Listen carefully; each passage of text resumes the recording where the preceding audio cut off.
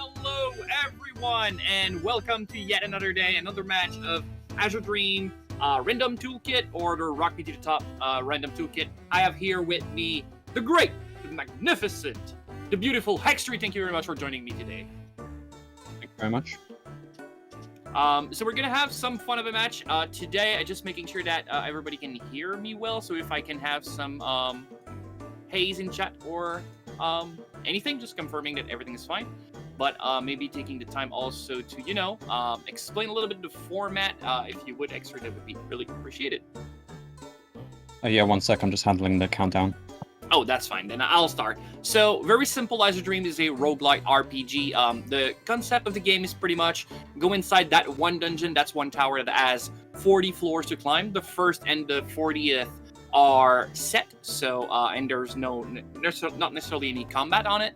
So the 38 floors in between are going to be completely randomly generated. But that's normal. This is not a randomizer thing. That's how the game is normally played. Though we have changed a few things, and that's why it's called the Random Toolkit Tournament. The two things we've changed is we've changed your starting familiar will be replaced by a random one.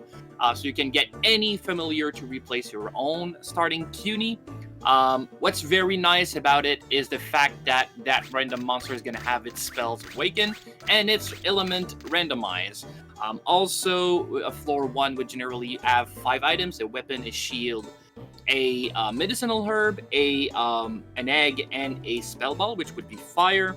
All of these items will be randomized, but they'll keep the category they should be in. So your copper sword could be replaced by an holy sword or something else, but it would not become like a seed. You're gonna have a weapon and a shield and an egg and a ball, and the medicinal herb will stay the same because that's a very good item we felt we should not meddle with. I think our runner are going to be ready to start the match very soon. Yes, I've just done the countdown and they're off. Excellent. So we can see them run away. They're gonna get to see CUNY is always going to appear here, but when they get to rename the monster itself, they're going to have a new name for the monster before they change it, and that's where we'll see. Griffin is going to be what we get today. Nice. Reven, okay. Has anyone kept a tally of all the monsters we've been getting throughout the tournament? Not as far as I know. We've had some stats about what could appear and how many chances there were to get every monsters.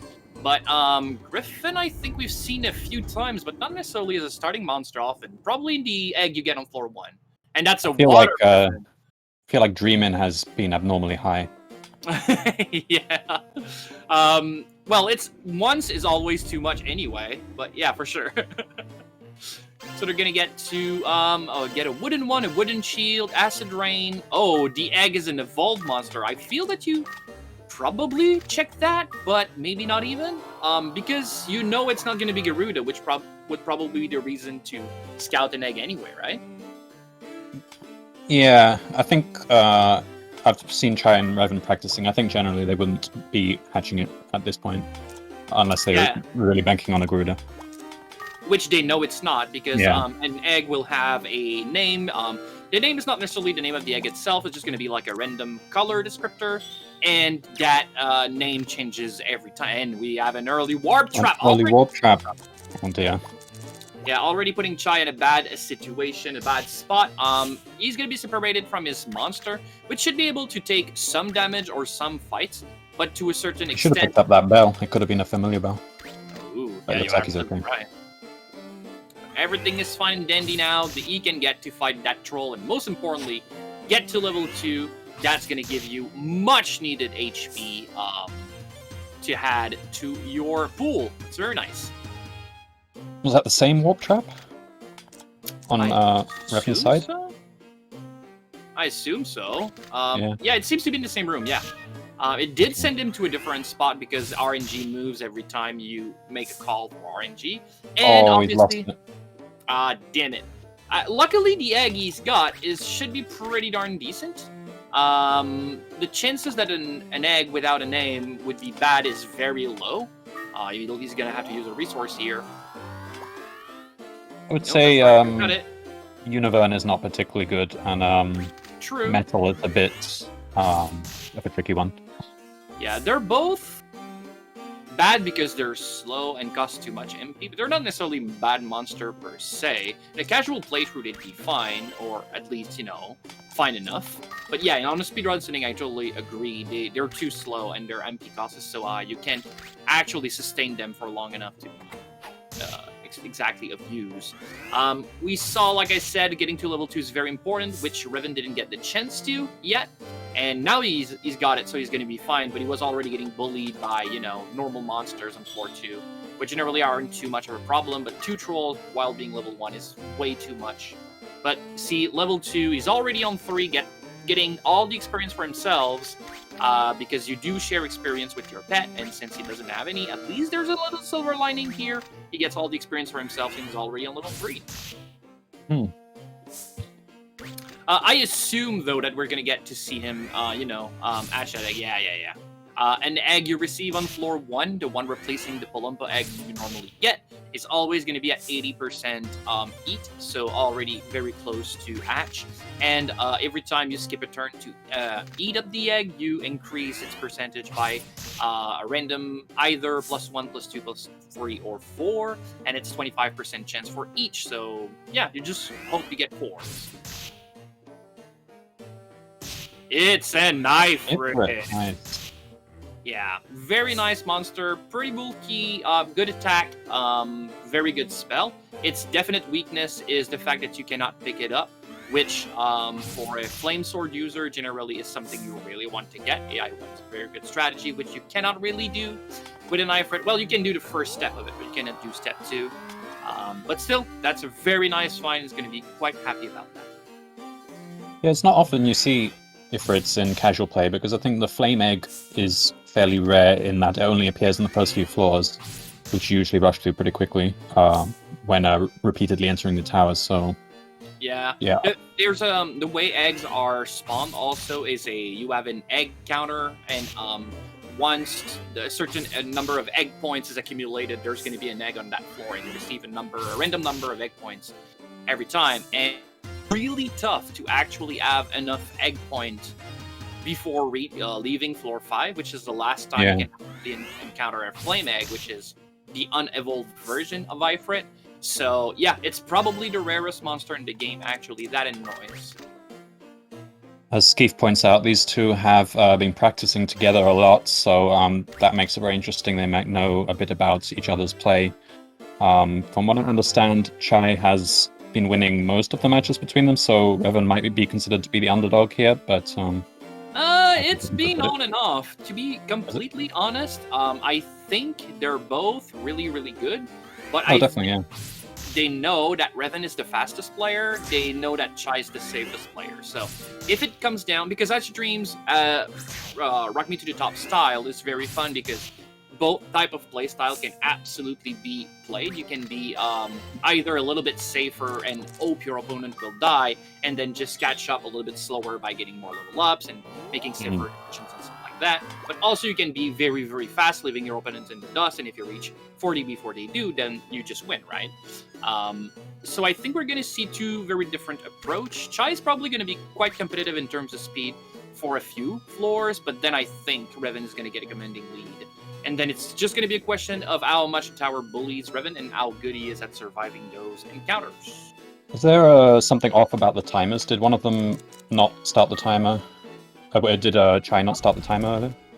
Yeah, because there's a huge difference between those two. So you're absolutely right. I assume there was some kind of shenanigans. Let's just hope it doesn't matter too much, the timer here, but we will get to recount if there was a problem, for sure. If it comes down to the timer, we'll make it work. Yeah. Right. Go. I like those two types of playstyle and the fact that they both have their chance. In terms of viewership, Hexter, do you have a favorite, like watching one or the other? Do you have something that you prefer? What, in terms of like slow and smart, or like slightly wild? For watching, I guess slightly wild, because I guess the ones you see appearing on speedrun leaderboards are the ones that come out from loads and loads of grinding, aren't they? So they're always kind of the most impressive ones. So yeah, but I personally I tend to run like the longer categories, more like bookless, 40% and 100%. In which case, it would be reasonable to adopt a more slow and steady approach. Yeah. In the multiple times you enter the tower. Yeah, absolutely. And some more like routable categories. Obviously, inside a tower, routing is not necessarily a process you can do because it's still going to be random. But I mean, you can expect to have a certain average of stuff that's going to happen. Whereas in 1 and 3, it's more volatile, in my opinion. Yeah, I like the fact that you can probably be a little bit more clever about it in longer categories. Even though there's going to be ups and downs and stuff that's going to happen. You generally kind of know you're going to get X amount of cash or so in a few attempts. Whereas, yeah, obviously you can get a Dark Sword and then it's crazy, but, you know. You generally would be like a 4K. Did they pick up any other shields? I didn't... Oh, no, they still got the wood shield. That seems like a steel shield for sure on Chai's side. I assume we're going to get to see that on Reven's side as well. Oh, yeah. Was that iron or steel? That's steel, yeah. Very nice shield. They do, it does give you a very nice defense boost. We have checked the damage calculation and how shield's effective. And it's actually not that great, but early on, you have so little HP and so little defense that every bit counts. But yeah, sadly, it does become quite low very quickly. Oh, we get to see our first hag on floor 6. Reven already taking the lead, even though he had a rougher warp trap early on. He's going to get to add that egg to his inventory. What is it? Dreaming egg. Well, talking about earlier on Hex 3. Yeah.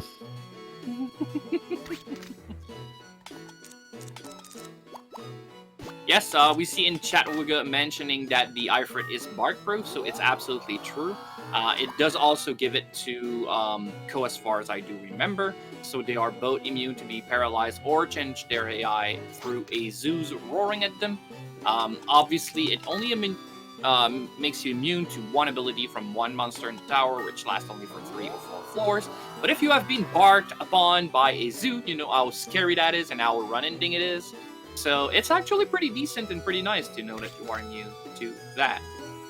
Yeah, and unlike some of the other abilities, Zoos spend their bark a lot. Like, they'll just keep barking at you. It seems to be the case. Yeah, and as far as I do remember, they won't, even though you are immune, they'll still attempt it, which means that... Yeah, they'll still waste a turn, Yeah. Hello everyone from Speed Gaming main channel, 100 raiders coming in for our random toolkit tournament for Azure Dreams. I hope you guys will enjoy yourself here. I am Sen Knight and my partner is Hex 3. And we're gonna have some fun today. Alright, so already on floor 7 or 8, I didn't get to see the actual floor count, but I would assume 8, sorry. Yeah, it's gonna get to become a little bit more dangerous here. Maybe a little bit less so on Chai's side because he gets a water monster, Reven has a fire one. But it's gonna be dangerous because there's a new enemy introduced that's called a U-boat, and it's either gonna be that giant metal boat with metal maw. That it's really, really hard. That's a problem, obviously. But they also can get to go inside the floor, and then they become some kind of a submarine thing. That's why they're called U-boat. And there's going to be a small periscope going up and watching over. While in that state, they are completely immune to everything that exists, and they get the first hit on you every time. So they hit very hard. They are kind of squishy, but the fact that they always get the first strike on you makes it so that even though they are squishy, they'll still inflict their damage at least twice, maybe 3 times before you dispatch them. So they are a problem. So Skeef has a question about bark proof. I think I read Programmer's Encyclopedia last week, and I think it says extends to Ko and both collared familiars. Yeah, I'm pretty sure it is. Most of these weird abilities do affect Ko, but I do think some of them were badly programmed, so maybe this one doesn't. It's been a while since last I tried it, but I do remember that a programmer did find traces that double attack and double defense from Arachne and Block respectively were supposed to extend to Ko as well. They never did, but you know. Nice What if item you- room for Reven there. Oh, there you go. And we know that there's a new Liam there. That's pretty nice. Liver fruit's kind of a sad thing, but the glasses are always good, whatever they are. And the spell ball is fire. Let's go. Very, very nice. They have Blaze, Fire, and what? It's crazy. They have already balls for days. And Blinder. Wow. Blinder, yeah. Yeah, definitely my favorite ball of all of them. Even though people generally prefer Acid Rain, and I can absolutely understand why. Man, Blinder. Blinder is so good. Yeah, it's definitely the fastest of just getting an enemy out of your way. Yeah, so we can see that it's already pretty darn close. Oh wow, the stream one as well. Didn't get to see that one. We're gonna see Czaj change one very quickly. I can tell you that. And that tile is actually, yep, seal trap. Oh, it's rare that you get to see an item on a trap. Alright, Lever Fruit, you don't necessarily want to do that. Yeah, 40F, let's go. I mean, Gene Freak is not necessarily wrong. Bad things can happen. This game is just a good proof of that. But a stream one with a modern Flame Sword monster, well, a Blizzard Sword user is gonna be huge. They should two-shot these guys, so... Okay, Reven being really afraid that the clown... Yeah, I think that was kind of a rough play here, because... Now you get in a pincer shot situation, and if you do move, you still get hit by at least one of them. Well, not necessarily if you move up left, but... Yep, absolutely needing to use the medicinal herb here. And yeah, excellent. Now the Ifrit takes care of the kill. They get good experience. Floor 10, that's where Reven is a very nice place to grind. I'm not saying they will stay for a long time, but if they decide to at least explore a little bit, the enemy's experience gain is so much higher, like 62 XP. On the last floor, you'd probably get 12 for a kill or something like that. So it's such a huge difference. It is definitely a good spot to just catch up, you know. It's like Chai's having trouble deciding what stuff to get rid of. He's got so much good stuff. On floor 9, I think he is as well. It's crazy to be like that stacked. And you guys in chat and Hextree absolutely knows that this is a Senite Seed, and obviously Senite Seeds, when they're very gentle in beginning and gives you a lot of tools, they are terrible later on, so please prepare yourself. It's gonna hurt, I can tell you that.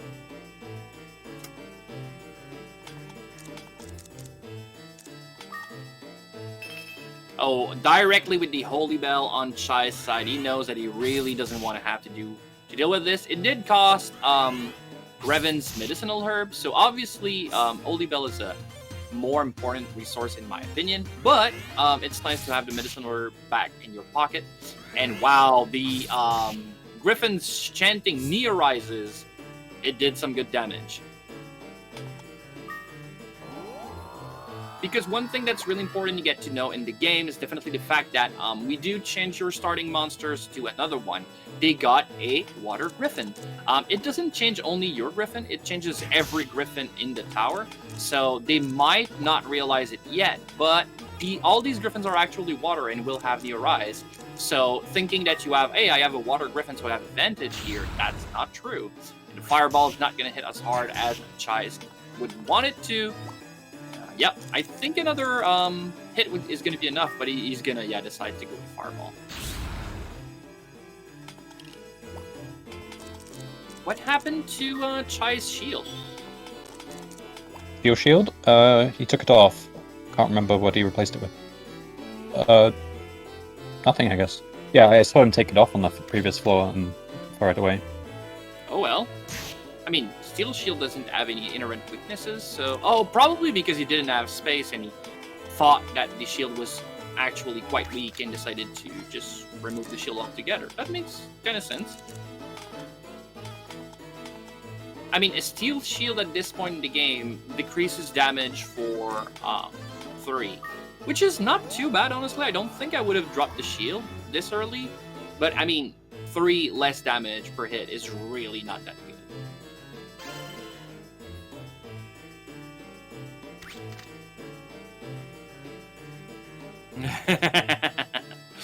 Yeah, lifting monster is a very nice debate on in our community. Some people will only do that every time they get a chance, as long as they have the HP to take a hit. Some people will just never do it because it's so random. You could miss and then get hit, and then bad thing ensues. And I know all about that. But I really like the fact that it's an high risk, high reward type of strategies that some people will. Oh, you talked about this one.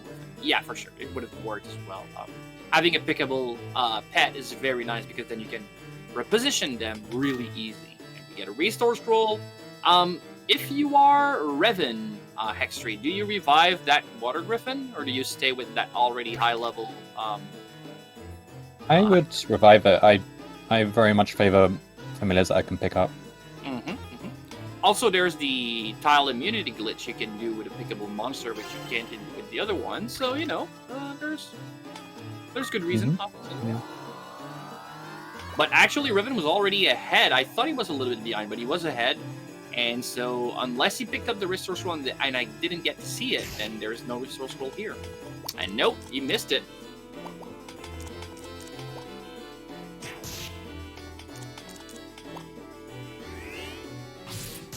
Alright, using Blizzard Sword to absolutely bully volcanoes. Very, very nice. Czaj is making sure everything is in order. A little bit slower, like I said, but he does get to, take a little bit more of his time. I was going to say, get a little bit ahead in terms of experience, which is not true right now.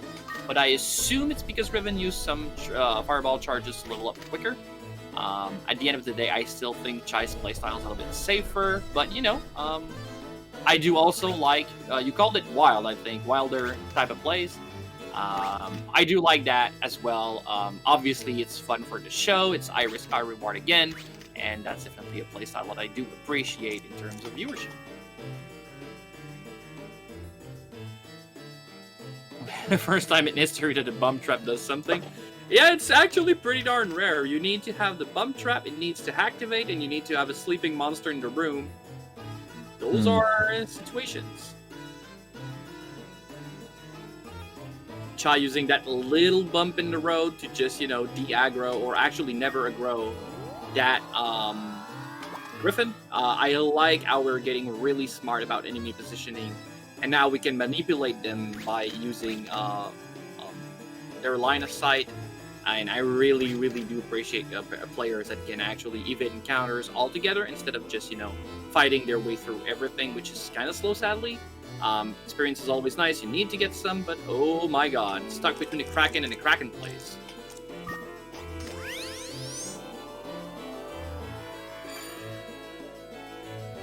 Alright. Luckily gets to fight that Garuda frog and get some experience out of it. It's pretty nice. Yeah, 2 hits. They do get elemental advantage and resist the ice or blizzard sword, but they, being a frog makes you take twice as much damage, so it just cancels out and you still deal a crap ton of damage.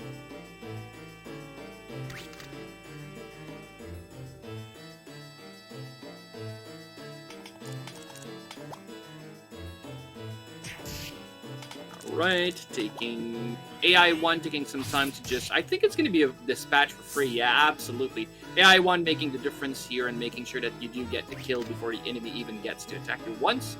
And I mean, I was going to say sword trolls are a pain because they ignore your shield, but I mean, Czaj doesn't even have one, so then they're not so bad, right? Alright, Reven getting a little bit in a, not necessarily a bad situation, but it's always a pain when New Yell starts healing themselves, but he does a little bit more damage than the New Yell can even heal, so that's fine, he can get to overpower them. Already on floor 15, and the elevator is in the room, but, I mean, these guys are, wants to have something to say about it. Is the element of the starting egg also randomized? No, it's not. It should be a very normal monster. Also, its spells won't be awakened, so the only way to get a spell there is to have a monster that generally have one from the get-go. So it's a normal egg. So Reven changed the type of the Ifrit? Yes, with a CC. Okay, right. Yeah, Reven is pretty much like me on that one. Very, very, very big fan of just the water strat. Czaj is gonna try to adapt if he gets his hands on many seeds. He would probably prefer to. Oh, again with the Kraken and the Kraken plays. But yeah, Czaj would probably try to change many times depending on, you know, the tower as preferences in terms of like these sets of floors mostly water, these are mostly fire. He would try to adapt to that if he gets enough, you know, fusion fodder or seeds to juggle it. But obviously, it's not always something you can, you know, hope to have. But I think they did get some, you know, sea and wind seeds, so you could juggle it a little bit more. I think it's starting on floor 20 that you would change to wind if you get the chance to. Mm-hmm. Which I do appreciate as well. It's true that being wind on floor 20 is generally good. Actually, I would even do it a little bit sooner if I was to, because the floors that I really dislike with a water strat with the bow have is 17 to 19, which are the pickets floor. They're such a pain to deal with if you have a water monster. Yeah, and that's why the Water Griffin is a good choice here. It's absolutely true, and you can just fight them and they don't even get a chance to steal from you. They can still try and they'll teleport away. Oh my god, what's that room on Reven's side? Yeah, you don't enter that room. And you don't even enter that room from the other side either. I hope the elevator wasn't in there, because then it's going to be some kind of a problem.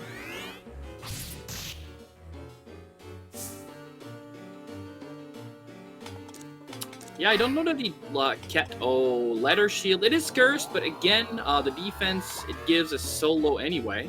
The only real sad weakness about that, Czaj tries to do the Maneuver Juke and misses, and then he gets to get a Maneuver on his trail. Oh, I said Czaj, sorry, Reven.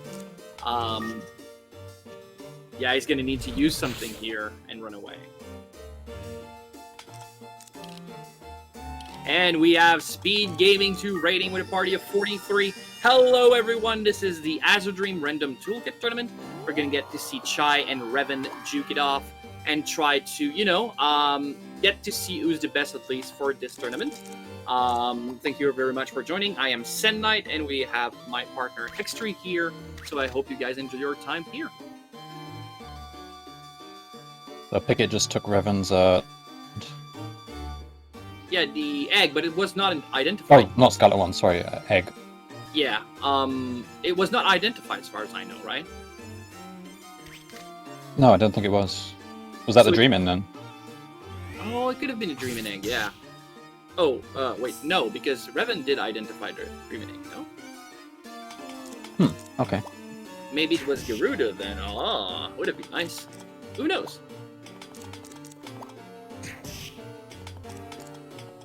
Reven using the tricks discovered by Czaj, where you can make it so an enemy try to attack a tile where your monster is on, and so it actually never does because your monster moves instead, and then the enemy just, you know, never actually reaches and get to attack.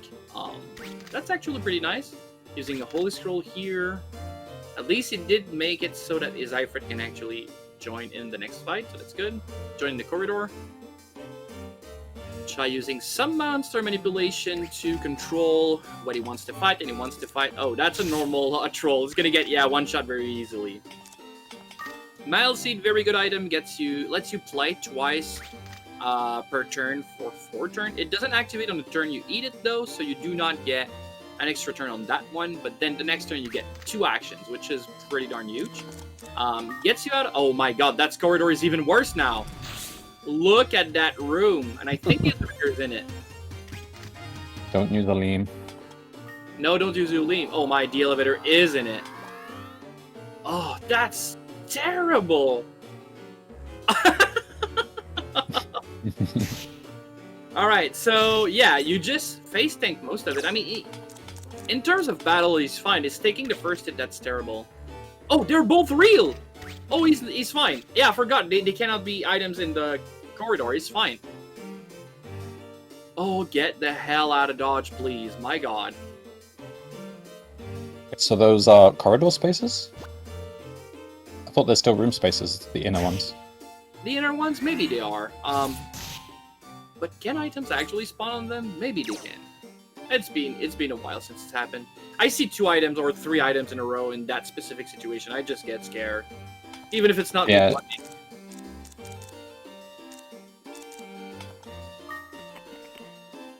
Alright, so Chai uses medicinal herb to increase his max HP by 1. That's a stacked inventory if I've ever seen one. So using an Yeah. HP recovery item or an MP recovery item when you are on full HP or MP makes it so you increase that maximum by +1 permanently. And I think if I was Chai, I would have used that opportunity to leave the room because he could have actually reached the elevator without having to wake the Maneva up. But man, that's scary because then they're gonna just, bundle up there like they did on Reven's side, and that's gonna be scary. Alright, so Reven going up and leaving. I think that's gonna be floor 20 for him. You really want to leave those pickets away. Chai is fine, but Reven just doesn't want to lose. Yeah, that's floor 20. Pickets are done. Always a great feeling to leave the picket floors. And obviously, then you get into Viper Town, but that's fine. Oh my god, there is The item room. Oh, trap room. That's a trap room. Oh, that's a trap room. I was gonna say that could be a decent source of experience, but actually I don't think it really is. It's 8 points of experience for Ko for every trap. Oh, there's a high chance of a go-up trap, I guess. Yeah, I would go and check it out. Damn. Yeah, you just don't want to have anything to do with that room. Gives Peter right away, that's fine. That's how many? 1, 2, 3, 4, 5, 6, 7, 8, 9. 9 traps in one room. Imagine not having a trap loop here. And he steps on it. Let's go. Alright, so this seed is stacks in terms of item. It's crazy. I mean, they don't even, like, inventory management is... Oh, wow. Reven goes for the Wind Ifrit. Okay. He's got CC to turn it back, but I mean... Reven using Chai strats. I like it. Now, don't walk on a bomb trap, though. I mean, you can see them, right? Alright, Ulim's gonna be great here. Yeah, that's definitely one of the craziest inventories I've seen. Imagine if that would have been a water crystal. I mean, they really already don't know what to do with their own inventory. Oh, good question. Is he freed the Griffin yet? Maybe not. Okay, changing into a Wind Ifrit and then facing a Wee Dog is not something super fun. But then it was sleeping, so you can just run away. Alright. Oh, he's gonna hatch. Alright, okay. So Reven has a diamond shield. I wonder, I guess he didn't get to find a leather shield. Because of that, and I assume he's not even gonna check that one, but I think I would. The utility of diamond is already so irrelevant now. So I think I would go and check for, or maybe even an elemental shield could be fine, as long as you don't forget to remove it or juggle it. But yeah, I don't know. I really don't like defensive shield past at least like 20. It's way too far gone. And he gets trolled! Yeah, Gene Freak is 100% right. Resources can become... Oh, we have 2 eggs. They're probably both real eggs, right? Everything is fine. And Chai doesn't even care about it. Just like, nope. But yeah, you can trade resources for time in this game, like using, obviously, fireballs and ulims and stuff like that. And when you have such a stacked inventory, I know they're going to be thinking like, but what if I use it early and I actually needed it later on, which makes a lot of sense. But also, I mean, you kind of need to use it and move forward, right? They know they both have a stacked inventory. It makes a lot of sense. Yeah. I think at that point you start trading some resources for speed.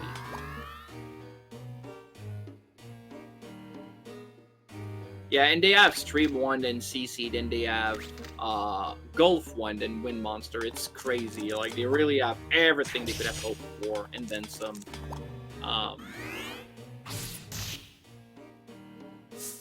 The combos are real. Alright, we get to see Palumparang come back home. Let's go. And Palumparang! Yay! Love this. Oh, sadly, that's already the end of the floor. I mean, he's not sad about it, but I am. Alright. Like I was talking about, Reven is taking some kind of a commanding lead. Well, not commanding. I mean, it's only like 2 floor differences, but that's what I would assume would happen. I still think Reven is playing a little bit more on the defensive side, which is fine. I think that's because that's game 1 and they're both trying to, you know, see what can win them the victory here. But I assume if Reven loses, I think he's going to speed up quite a lot. And I think that by playing a little bit slower, I think that's giving czaj some good advantage here. czaj thrive if the game takes a little bit longer.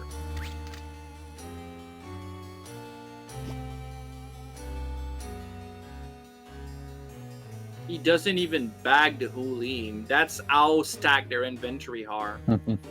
Leaving a Mahel behind. That's criminal, I think.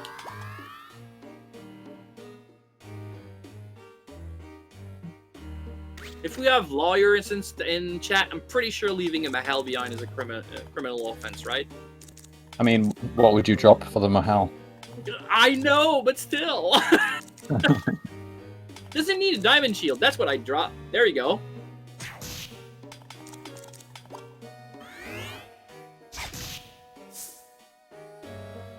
I also think I would CC my Ifrit again and drop the Gulf one. Not the biggest fan of Windstrat, but again. Yeah, I wouldn't. Yeah. So is he still carrying the Stream Wand? I assume so, yeah. He is. Yeah, it takes up a lot of space if you try to juggle multiple ones. Yep, absolutely. I mean, on a normal seed, I would absolutely agree that it's nice to have like 2 sets. But if you are so stacked for resources, I mean, I think that having 2 different strategies, you should just, you know, take one and stick with it.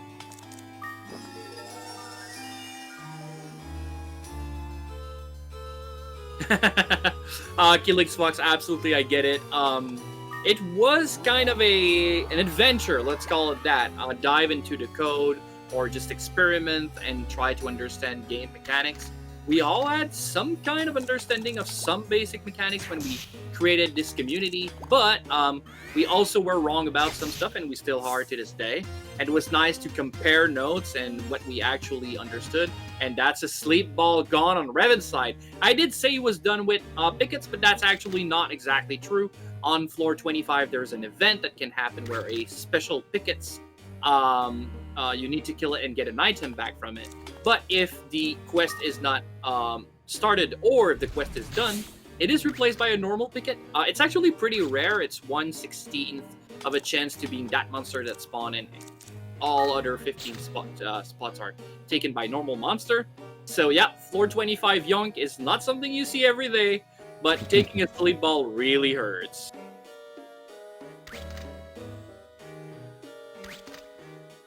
Alright, Another fireball. Well, that was a blaze ball, but so how many fireballs has he got now? 1, 2, 3, 4. Wow. 4. That's just crazy. Using a holy bell here? Why? Was there maybe a stealth in the room? I couldn't really tell. I assumed it was a stealth.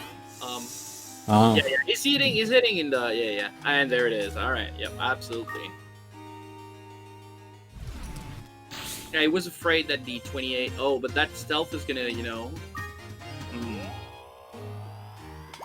Yeah, and we've discovered recently that the stealth can actually spawn already invisible, even if it's sleeping. So... Yeah, it's... If you enter a room and nothing's happening, that doesn't mean there's no monster in it, and that's kind of scary. Oh, okay, that's interesting. Yeah, Septic Tank points out that he used AI4 to detect where the stealth was going because your familiar will follow them. That makes a lot of sense. It's actually really true. It's also the reason why stealth are really bad as a pet. Enemy monster still gets to see them, and you don't even get to see your own pet. So obviously that's kind of bad. But because enemy are always on AI 5, I assume is pretty much the equivalent. And so yeah, they just own in to the closest monster they see. And as soon as they aggro, they just rush and fight. So yeah, your pet would also be able to do that, and get to find the stealth that are hidden. That's actually a really decent strategy. I like it. Wrong. Oh, At this point, there's no real point fishing for stuff. actually, I think you are right. He wanted to throw it and use it as a boomerang, but it actually was so high that it actually just went over the snowman. So no boomerang here. We get to see an egg. That's really nice. Wind seed. I guess you could feed it. Oh, decides to keep it. All right.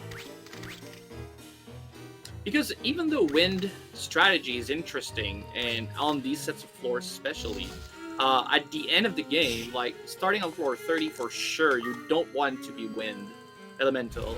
Everything is going to start to turn into fire and be very scary. There's going to be a few water monsters that are pain, but to be perfectly honest, killer, tyrant, dragons, you really don't want to be wind there.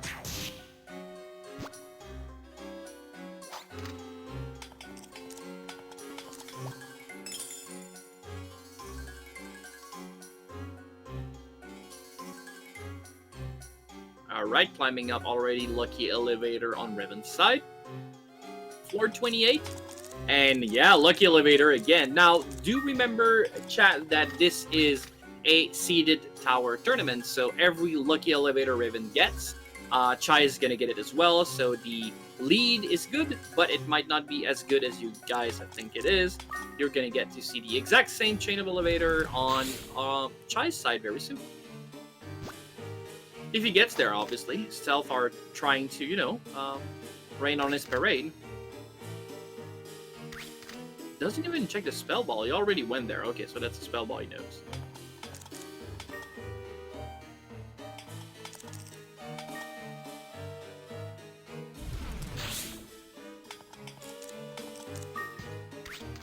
Oh, okay. Using Ifrit to scout for those pesky Manivas.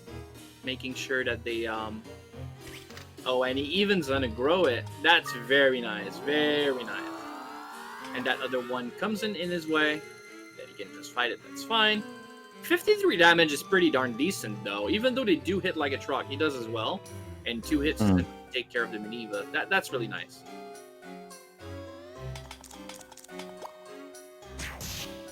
I think he could have used AI1 to just one-shot it. It is slower, but I mean, when you start to get hit, yeah, he's gonna use it here. Yeah, absolutely. I think that's the cleverer play. Yeah, one-shot, absolutely. Maybe he assumed he would one-shot it even without, and that would have been faster. And another blinder ball, my. An Holy Bell, really? An exit loop. Wow, what's that? What's that room? What's that room? Another fireball. Yeah, free that troll. I probably wouldn't even pick up the fireball at this point. So many fire. You're absolutely right. I mean, I think I would still pick it up because I'm a greedy man, but wow.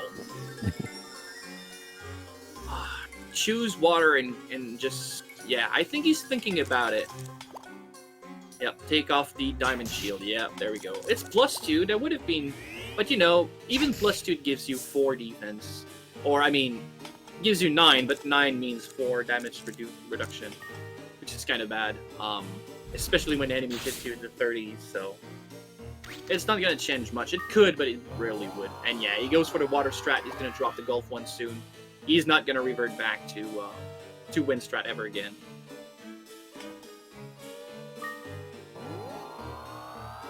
Napless running behind you is, yep, I was going to say sometimes they're just going to fall asleep and then you can de-aggro them quite easily. So as long as it doesn't move left, he's going to be able to, not have that Napless on his trail. They are scary when they're moving in front of you and you're going behind them. Now that's another thing. And we see Griffin evolve into Grenade on Chai's side. Sadly, you do only get extra stats when they level up again, so it increases their stat growth, but it doesn't increase their stat per se at the moment of evolution. And I don't think Chai is going to level up much more during this run, so I think this is kind of sad in a sense, but he will get some more defense, which Griffin generally are a little bit poorer on the defensive side.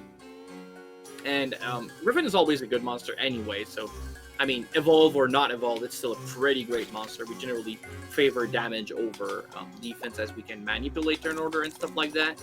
But, you know, yeah, you take the evolution nonetheless. Yeah.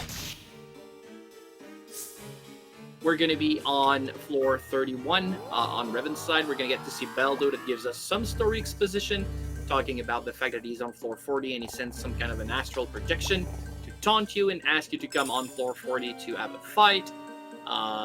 He's absolutely trying to manipulate you, obviously. I mean, evil boss for sure. But you kind of need to go and avenge your father, so you kind of need to go there, right? Does he tell you the number of the floor he's on, or does he just say at the top? I can't remember. Oh, that's a good question. I don't actually remember. I mashed through stacks quite fast for the longest of time now. And yeah, because I can't remember if the game ever actually tells you how many floors there are on the tower. I do remember most players being surprised it stopped at 40, and I'm pretty sure that's the sentiment I had when I actually reached, so I would think he doesn't tell you. He tells you probably the top, but don't quote me on that. It's been a while. I mean, these games, you would expect this 99 floor for some weird reason. Even though second tower has 99 floor, the first one has 40, and to be completely honest, when you are reaching those high 30s, you kind of want it to hand because it's really scary. Yeah. Everything one-shots you anyway, so it's a very nice end to your journey to, you know, reach 40 and feel, oh, we can maybe see. Top floor. It just says top floor. Yeah, the never-ending second tower is going to take care of that, Ski, for absolute certainty. It's not never-ending because it'll kill you at some point. But yeah, it is never-ending in that sense then. In terms of, as soon as you reach floor 99, it'll say 99 again infinitely. It's going to continue. I guess if someone was smart enough to notice that the each floor introduces precisely one new monster, and there's 40 spaces in your monster book. Oh. Yeah. Hexter with the clever, but I mean, we were young. We would not have guessed. Oh yeah, I mean, I never would have noticed that. But it actually makes a lot of sense, yeah, for sure. It's hard to even spot that there's precisely one new monster each floor as well, because there's a bit of RNG as well anyway, so... Exactly, yeah. You might not see a spot. Like, it might introduce a new monster, but you don't get to see it yet because it just didn't spawn.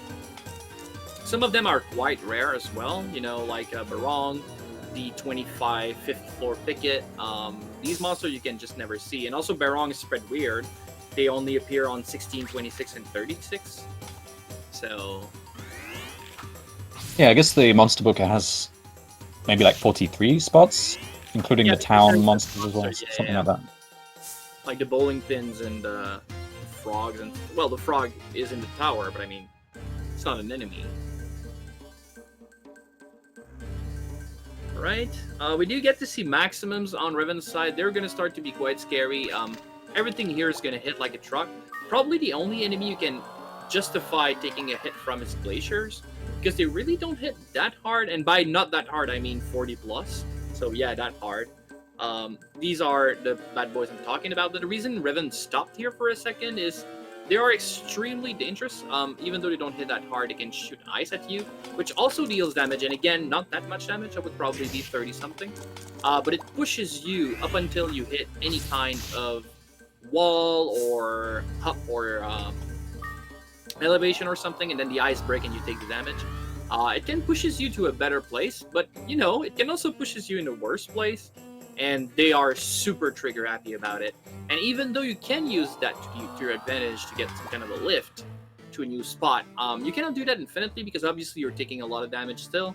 But everything else is going to hit for 60 plus, so yeah, you really don't want to get hit. And actually, Reven gets a Lenovator Chain. Holy bells! Just don't hit a Warp Trap, hit those tiles. Yeah, okay, let's go.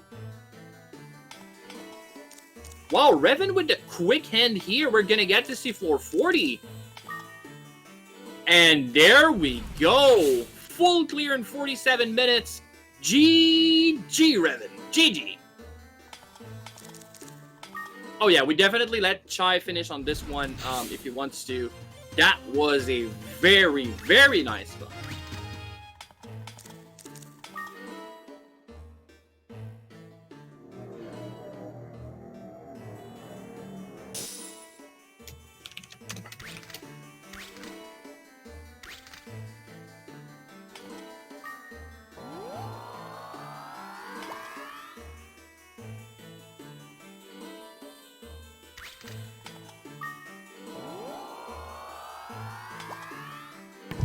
Yes, very nice run. The runners are being told that actually Reven takes round 1, but my oh my, that was a fun set of race. Yeah, and I think Chai will get 2 good floors towards the end there. 38 Yeah, exactly. and 39. Yeah, that took me by surprise a little bit. How quickly he actually reached from 36 to 39. I think he was kind of lucky on that floor as well to get the elevator for the next floor. Maybe decide on the spin, but I don't think so.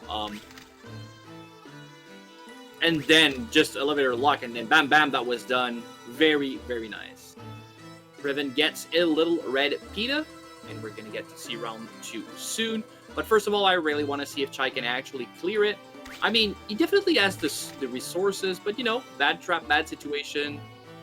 Just a little misinput somewhere. The enemies are so strong now. You really don't want to mess with any of them. But he's got the resources. As long as he gets the chance to, you know, do his thing, I'm pretty sure he can clear that. And we get to see the curling shot here. Pushes it into the corner, says you're grounded. And he's going to need to use something here. Yep, blinder ball's pretty nice.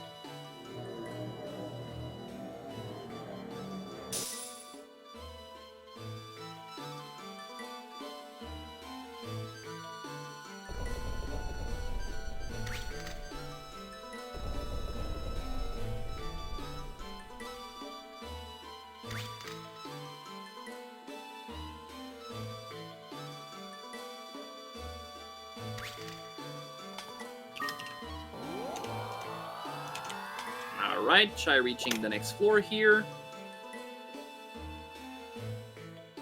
Floor 30. Yep, she should be good. Yeah, and floor 39's elevator is in room as well. And there we go. Absolutely reaching and clearing floor 40. Double clear on first run is always, you know, a very nice situation to see. Like, don't want to boast, but you know, we both cleared for 40. But this scene was just sub 50 as well. That's very good. It is very, very good. Like we said earlier, though, it was a very generous seed. Starting monster being a Griffin, and the second monster being a Ifrit.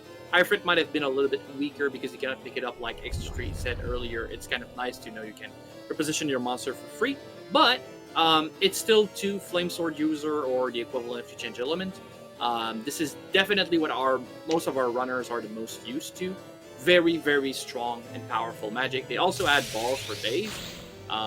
So yeah, clearing here was very nice. Like I say, I really like those seeds where you get to see, okay, I give you power, what do you do with it? And I like to see those seeds where, you know, you're a little bit more starved and have very bad stuff. What do you do when you are actually put behind? And I hope we're going to get to see one of those two here today.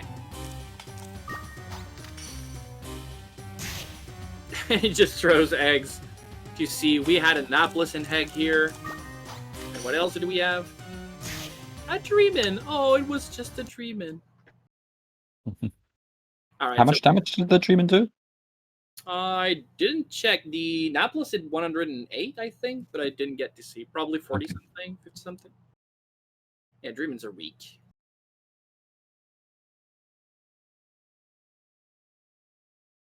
All right. Next seed being loaded on Reven's side. We're gonna get to see if everything is fine here. I assume it is, but just making sure. Yep, that's good.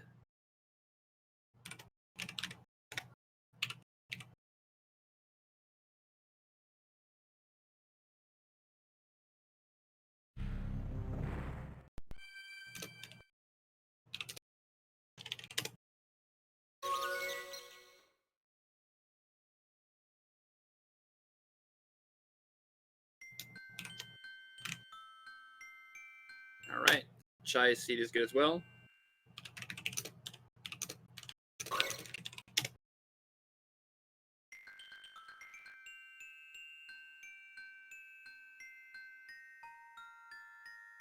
Did you write Chai's backward? Pardon? I think Reven named himself Chai, but spelled backward. Now my nose is bleeding. All right, we're gonna get to see them load up seed 2, and yeah, that's gonna be interesting. What would you like to see for that second seed Hextree in terms of starting monsters? Garuda, why not? Yeah, Garuda could be exciting. We actually did get a very low amount of Garuda considering they play at least 2 seeds, sometimes 3. They get a starting monster and a random egg as well, which means 4 to 6 monsters every match. We have seen Garuda once, I think. And it was a friendly third, if I do remember as well. And yeah, both runners naming themselves for the other runner. Chai naming himself Reven, and Reven naming himself Chai backward.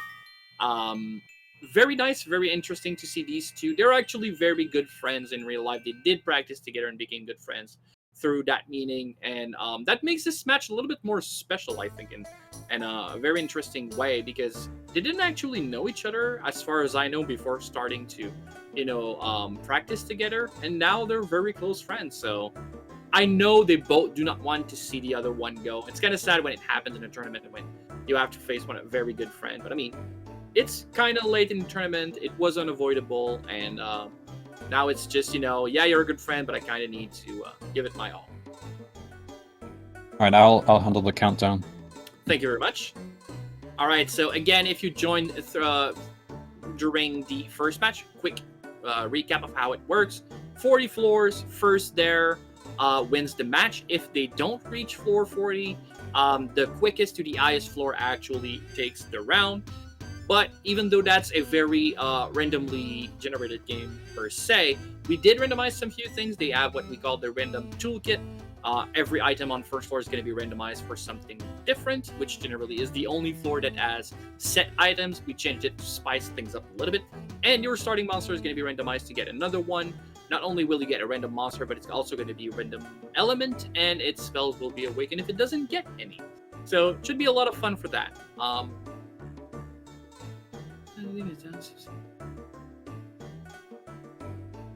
Yeah, Calix Fox, there's actually other categories that absolutely indulge the part of town.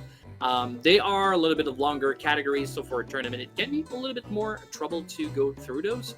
But that doesn't mean it would never happen to have a bookless tournament. That would be exciting.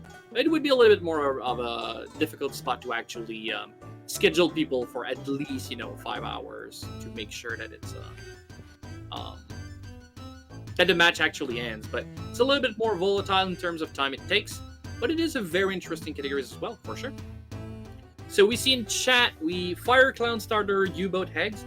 Fire Clown is very, very intense, because even though that's a very good monster, I'm sure Wuga knows that it also changes clowns in the tower to fire version, and they are absolutely terrifying.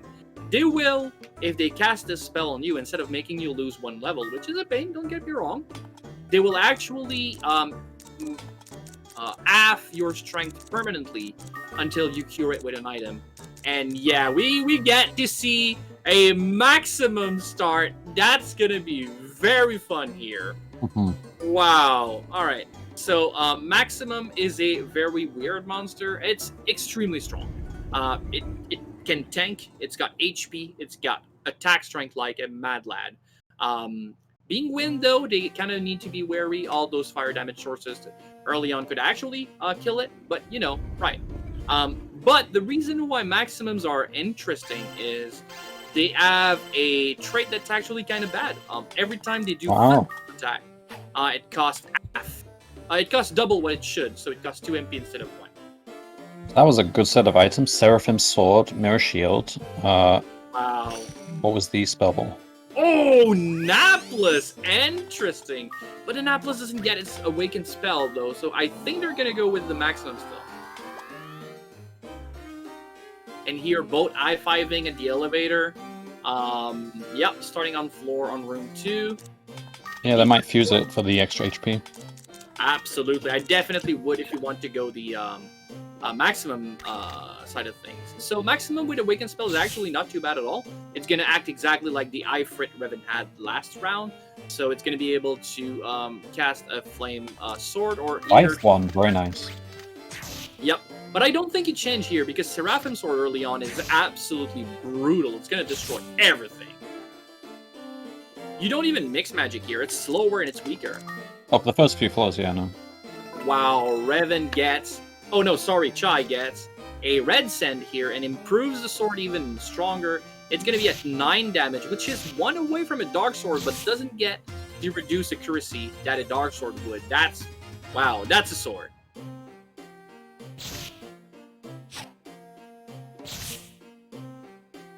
Alright.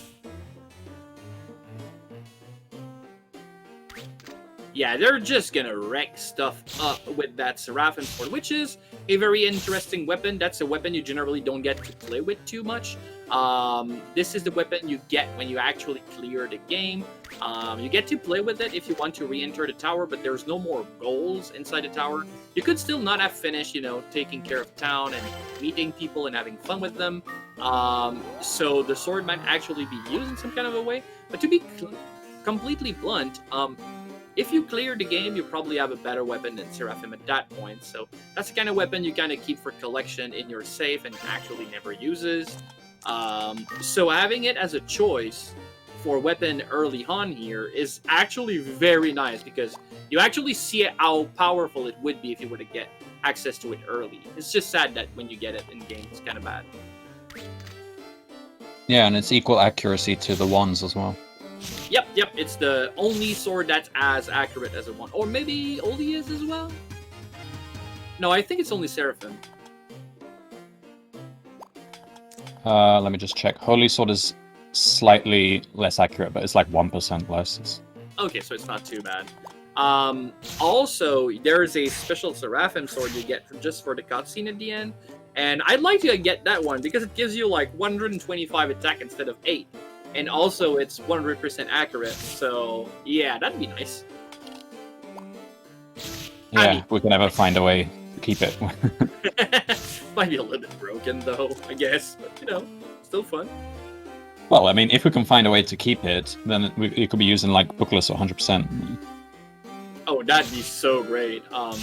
The weird thing, though, is it deals more damage than the cap, because you cannot actually have a weapon that hits stronger than 99, and that one is like 125 right off the bat. So I don't know if the game actually would let it hit that hard, or would it cap it to 99? That's a good question. But yeah, these two runners are running around, making sure they do get their level up to pretty good. Being level 4 this early is pretty darn nice, but I mean, I would not be scared of fighting anything, and they aren't. They almost two-shot Cyclones. Okay, no, but so close to. His Cyclone's got 1 health back. They can just wreck up everything, and it's actually doing it very fast because there's no mixed magic animation or anything. So when it's gonna go that quickly, you don't actually fear getting some extra levels under your belt. It doesn't really take as much time. So they just fight pretty much everything. Well, that many Cyclones might be a pain, but yeah, they just move around and whack some stuff with that Seraphim Sword. This is a very good feeling. And yeah, Chai's high up level enough that he even two-shot Cyclones, and especially if it takes higher elevation here.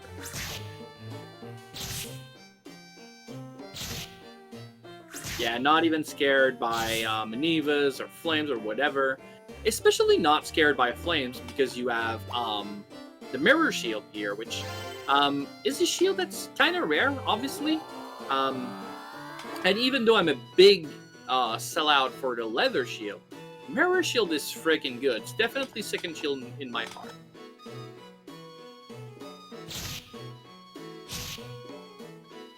If it would be 100% sure to reflect, I think it would even get a bigger spot in my heart. But, you know, it being 75% chance to, it's still really great, don't get me wrong. There's nothing like, you know, paralyzing a block that tries to paralyze you. But, you know, it kind of sometimes still get through and you still get paralyzed. And then you're like, why mirror shield, why? Yeah, it's like 1 in 4, I think, yeah. Yeah, 75, exactly. Yeah, 75%. Which is actually very good and very skewed in your favor. But, I mean, 1 in 4, it's gonna happen. So yeah, that starting setup is absolutely great. I think the life one you keep. I was gonna say very soon, not necessarily very soon, but soonish. It's gonna be better to have the life one equipped than the Reven sword. I would probably change around about floor 10. Yeah, I think so. Because Seraphim Sword gives you a flat attack bonus, and the flat attack bonus is so huge right now, it's not even a contest. And maybe it would be a little bit later than floor 10, but at some point, the fact that the life one gives you a percentage instead of a flat is going to scale up much better, and obviously every level thereafter is just going to be even better than a weapon, than a sword there. Yeah, Wind Cutter starting being used. It's probably already signed that, yeah, the sword is great, but at some point you're going to need to get some more firepower under your belt. Again, I think both these runners are a little bit scared that they have a wind monster. That's cute now because, you know, water floors, that's cute. But we're going to get to see the fire floors coming in real quickly. And obviously there's also going to be the chance that there's going to be a bomb trap. And if that happens, it could be almost one shot to that maximum. Mm-hmm. And you really don't want to lose your pet here because Napless, right now, without meddling with it, would be a poor replacement to your maximum. Obviously, if you do get to fuse it and unlock its dormant spell, then I think Napless could be potentially better. But or fuse both of them together, and it's even better. Luckily, we did discover that Maximum doesn't spend twice the MP cost for Mixed Magic.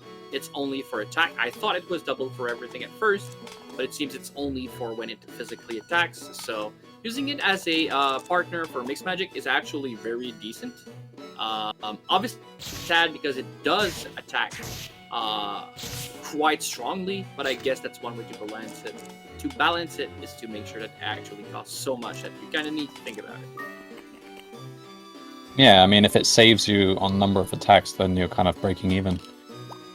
Yeah, exactly. It's kind of nice to, you know, deal almost double damage for double the MP cost, because if it removes 1 round for the enemy, then it's definitely worth it, right? And it's also less time to execute if it takes you double for double. But at the end of the day, if 1 attack would have been enough, spending double for double is definitely not worth it. So for weaker enemies, it's kind of sad. But, you know, Mixed Magic being that strong, I assume they're just going to use that, and it's fine as well.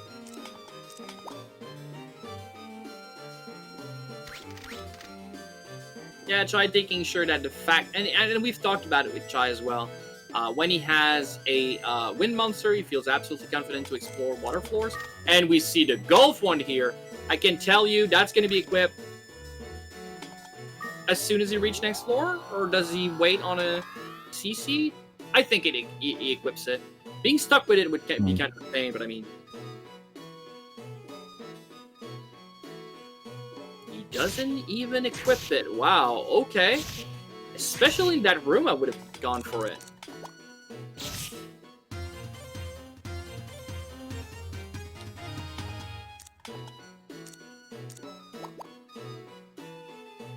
I think he's debating the idea of using that.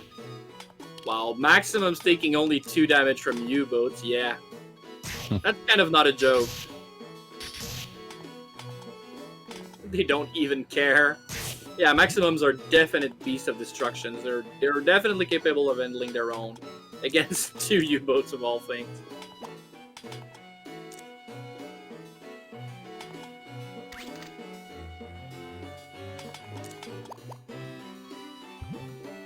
Alright, pincering the enemy out here. Yeah, he's using direct attack instead of using AI 1 only to change its monster's position in the turn order. So there is a turn order and you can actually manipulate it. And we found many other way to manipulate it, and declaring a direct attack instead of just using AI 1 to get your monster to attack first not only makes it so you for sure will attack before the enemy does, but it also moves you up for subsequent turn in the AI order. So he's using that to control the rest of the battle, which I know Czaj is a very big opponent of, and it's a very good strategy actually. Reven being in some kind of a pickle, so many enemies around himself, but obviously the fact that the old East rule was used, that Volcano is going to help him a lot.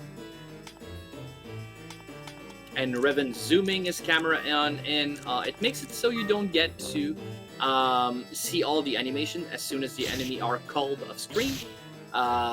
They actually don't even... They do play the damage sound, but they don't play the animation, so it's much faster. Yeah. Another item room here. Pretty darn nice. During that time, we do see Czaj change his pet into fire version. Much, much better. That's probably the reason why he didn't get to go with the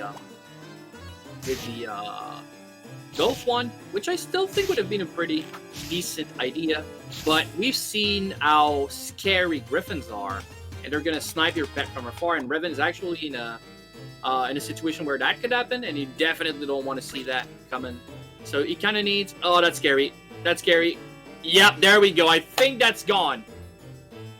51 damage. No more maximum for you.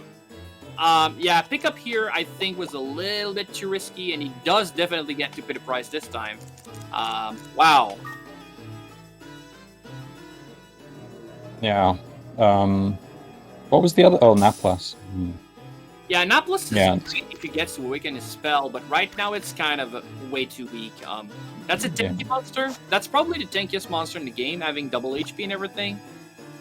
Yeah, the blue color is kind of really important if you want to have a chance to fuse into that Naplas at some point. If he wants to be able to fuse, though, he needs another monster egg, and that monster needs to not have a spell as well. So yeah, and also it needs to be of highest level. Well, actually, I guess you don't care that Naplas winning the fusion here. You also take 20 damage. He cannot even take an extra hit. So, oh, malicious. Okay, that's fine. Still alive. Tries to pick up here. Yeah, I think that's a good play. Just hope there's no trap. Yeah, throw the monster. There we go. Oh, it doesn't even get to clear the room. Yeah, he needs to go away here. And that CC would have been really great to have before. But now it's kind of a pain to know that you get the CC just after your pet died from a fire spell. But, you know, life is life, and you just move on.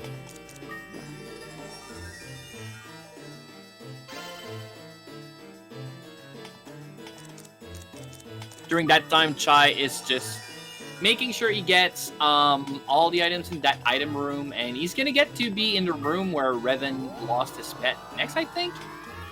Let's see how he tackles it, but just the fact he's got a fire monster is gonna help tremendously. Oh no, actually he already cleared that, so now he's in the room with the wow, again. So yeah, Reven's got the Naplas out, and it's water Naplas. Oh, okay.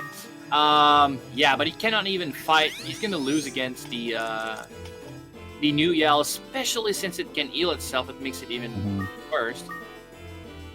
And we see the fusion here with a Leva Fruit, making sure that it doesn't get to change the monster for the fusion. And yeah, HP up on a maximum. How much HP does it even have? I think the answer is all of it. Yeah, 70. That's crazy. Ko is supposed to be renowned for having high HP, even though all the other stats he's got is really crap. Having high HP is kind of decent, but if you don't have the defense to, back it up, it's kind of not good HP, if it makes sense. That Maximum's got the defense to make it work, and he's got 70 HP now, which is the equivalent of Ko being level like 23 or something. So yeah. That Maximum is just gonna get more HP now. That's not going down. Bring all the Griffins you want. This Maximum's not going down.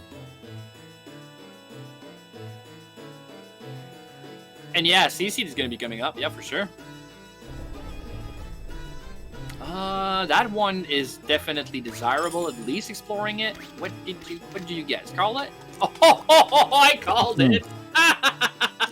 Yeah, that's gonna happen. Yeah, I think things are looking very good for Chai right now.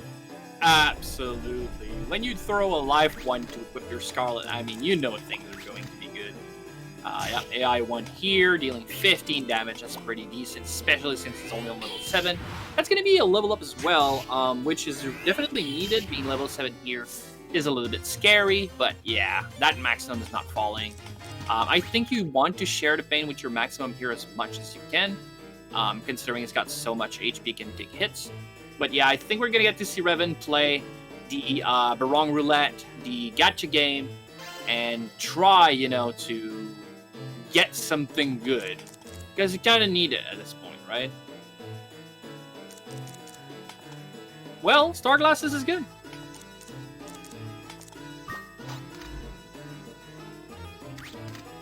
But yeah, I told that being on that floor level 7 was scary. Being on Reven's floor level 7 is scarier. He doesn't have a solution for pickets either. Naples is never going to win an encounter or a duel against a picket. Or if it does, it's going to take like 52 turns, and you really don't want to get to that. Oh, and he gets it for 8 and 7. That Naples is going down. You kind of need to bag it. Yep. Wow. And then he needs to try to pick it up because that's not going to work. Stole wooden one. Very lucky. He got stolen what was under his feet. Well, that's not lucky. That was bound to happen. Right? It's lucky that it didn't get to happen sooner. Oh, and he's already stuck in a rough place. I think Chai is in a very good spot here. He might be a little bit behind in terms of, floor count, but this situation is so much better. Yes, I think so. And he's trucking along. I mean, he's moving forward. It's just that Reven goes a little bit faster. Being commando, not having a pet, definitely makes you faster. You don't fight as much because you can't. And for as long as it works, it's really nice. But, chances it works forever and ever is much less than... Yeah, I mean, Reven still hasn't really found any spell balls. He's just holding onto a repel ball. So I'll have to hope for some. Yeah, anything at that point. Yeah, for sure, during that time, Chai taking his time to level up just a little bit, or at least fight a minimal amount. And, being fire, fighting against water monster doesn't even care. Just total domination by the double HP maximum here.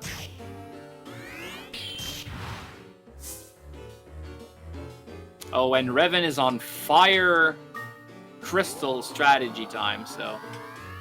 Oh, and he gets to be stolen his antidote herb while he's poisoned. That's so unfair. Oh, that's insult to injury for absolute certainty. Yeah, that picket's gonna kill him. He needs to take care of it right now. Wow. Okay, lucky him then. Yeah. Wow. Okay, good manipulation here from Reven, but I mean, he's walking on thin ice. And yeah, Chai even taking time to play the gacha game, which is nice.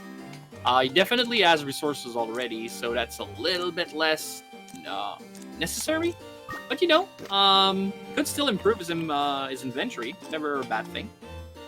Looks like Chai timed it exactly the same as Reven, so he got the same items from the Barong. Yeah, absolutely. So every time you reach a new floor, the RNG is going to be the same. So as long as you do the same movement or the same amount of RNG call, you'll get exactly the same thing. So that's what happened here. But again, the star glasses is very nice. Very good addition to their inventory. That Wee Dog is awake, so please. And yeah, Reven's going to be exploring as much as he can, but I mean, like I said, he's on thin ice, and that Wee Dog has a bone to pick with him. No? Alright. And I don't think he's going to survive that, even from high elevation. Maybe he can, but he needs a dodge, I think. 25, and he's going down! Ooh. Wow. Yeah, that was a risk to take. I absolutely understand what he was going on with, but yeah, again, Wee Dog hits pretty darn hard, and yep, that was not enough to survive. Pretty close. He had 23, I think, and got hit for 25. But yeah, I think... What floor was that? I think that was 20, but maybe it was like more like 21.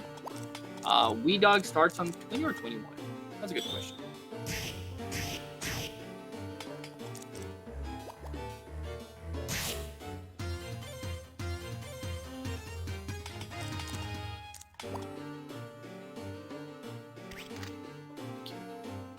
Second to find that out.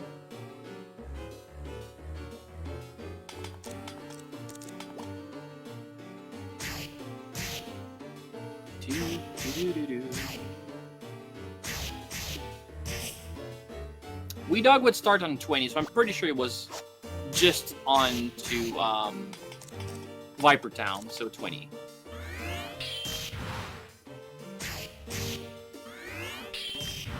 Okay. And Chai's on 17, I think, so... I think that, yeah, I don't anticipate anything going wrong for Chai. Even some of the bad traps are not as bad when you've got a maximum who can like take care of himself and get a warp trap or something. Yes, absolutely. The only other limitation, Killix Fox, is that they also have an hour. That's why they run a timer. Timer is also used if they both die on the same floor. The one that got there faster actually wins. That's the way we separate ties. But yeah, absolutely. So in that specific case, because Reven did play and lose his pet early, so he did reach floor 20, which is super good. Don't get me wrong. It's kind of hard to reach those mid floors, especially when you are starved for items. But the fact that he died early makes it so Chai has a lot of time. He doesn't know because they cannot look at each other's stream. But I mean, he's got 37 minutes or so to clear a few floors. So he should be fine in terms of time. Now it's a question of the challenges he's going to get to meet along the way. But he's got a much better setup. Since he didn't lose a maximum early on to a bad rise, he could keep his resources using his maximum instead of using one-time only items to get out of situation. He doesn't have the craziest inventory either. This seed was a little bit tougher than the one before, but he's got enough to, I think, reach 21. Not easily, but I mean, good enough. And yeah, like Wuga says in chat, absolutely, we do want to get around 3. I assume they would have played a friendly third anyway. But you know, I like me some unfriendly third, so absolutely, let's go Chai. Yeah, he's getting not bullied, but I mean, in situations with pickets everywhere, I really like using one attack from AI1 and then mixed magic. What we see the adaptation from Chai here, because hitting them 3 times with your maximum actually costs 6 MP, so it's 2 MP a pop. I think that's kind of a little bit too high to just clear one picket. I do like clearing pickets. I think they're worth a decent amount of experience and are worth your time sometimes, but I mean, yeah, not for 6 MP. Yeah. Alright, here's that elevator. Definitely what Chai was looking for. These arachnids starting to hit pretty darn hard, but that maximum's got 94 HP. It actually doesn't even care. It can take 5. It takes 5 hits to die from an arachnid. And it's got elemental's advantage as well. Imagine when the monsters are gonna be win. That maximum's just gonna be like, yeah, hit me. And that should be floor 20. Yep. And yeah, that's the... Oh, no, that's not where he died. So I assume that's 21 then. The starting room had a Wee Dog. We're gonna get to see that. Oh, but it can be different because... Yeah, he did have a pet and the other one didn't. You might be best to message Yeah. Reven, just ask him what the flaw Yeah, was. for sure.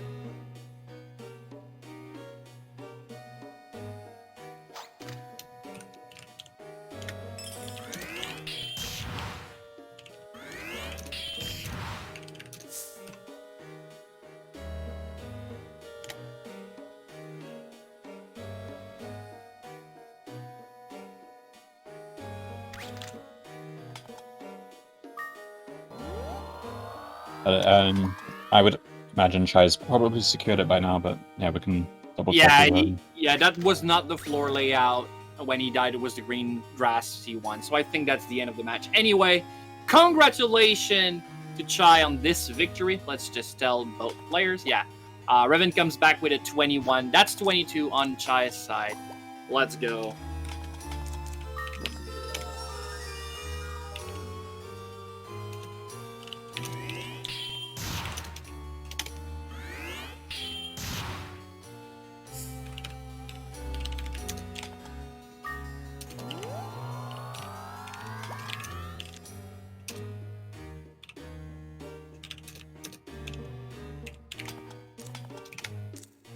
All right, they're gonna get to restore their state and start the third seed.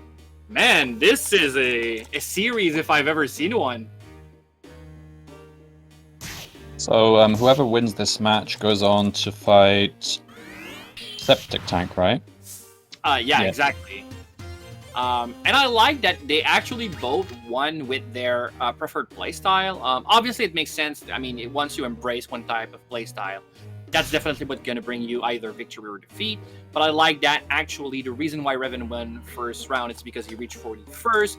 Very quick, very efficient, making sure you use everything in his tool set to the best usage he could. And then you get Chai that actually lets Reven go, run like the wind, but actually burns out and die at some point because, again, resources was not as good in that second scene than in the first one. And it just, I was going to say slowly. I don't want to diminish what actually Chai does. He's definitely a fast runner. But, you know, just make sure that actually Reven's burns down and then he actually simply take the lead and clear one extra floor and win. And again, in 28 minutes, that's not bad at all. Very, very nice run so far. Can't wait to see a third match. Yeah.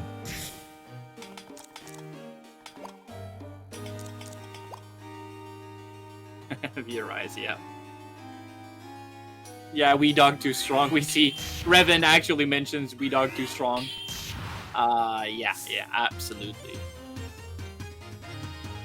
Tortoise in the hair, yeah, in a sense, absolutely. And I really like that Azure Dreams lets you play both playstyle and they both work.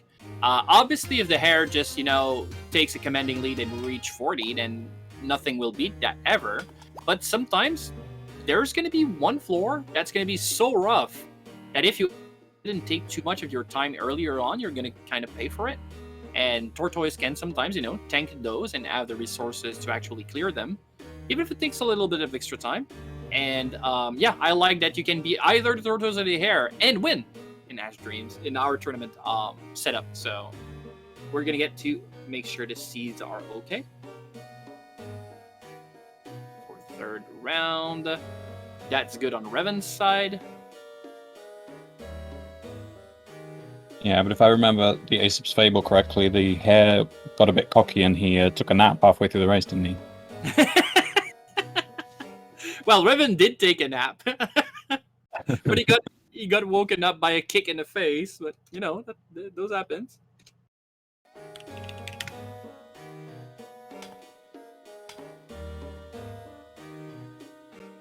Yeah, for sure. All right, so seed is ready on Reven's side. We're gonna get to see Chai sit up.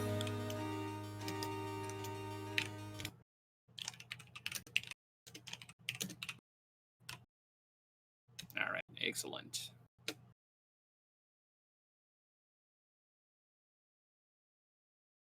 Let's see if seed is fine on his side. Yep, that seems like the right seed.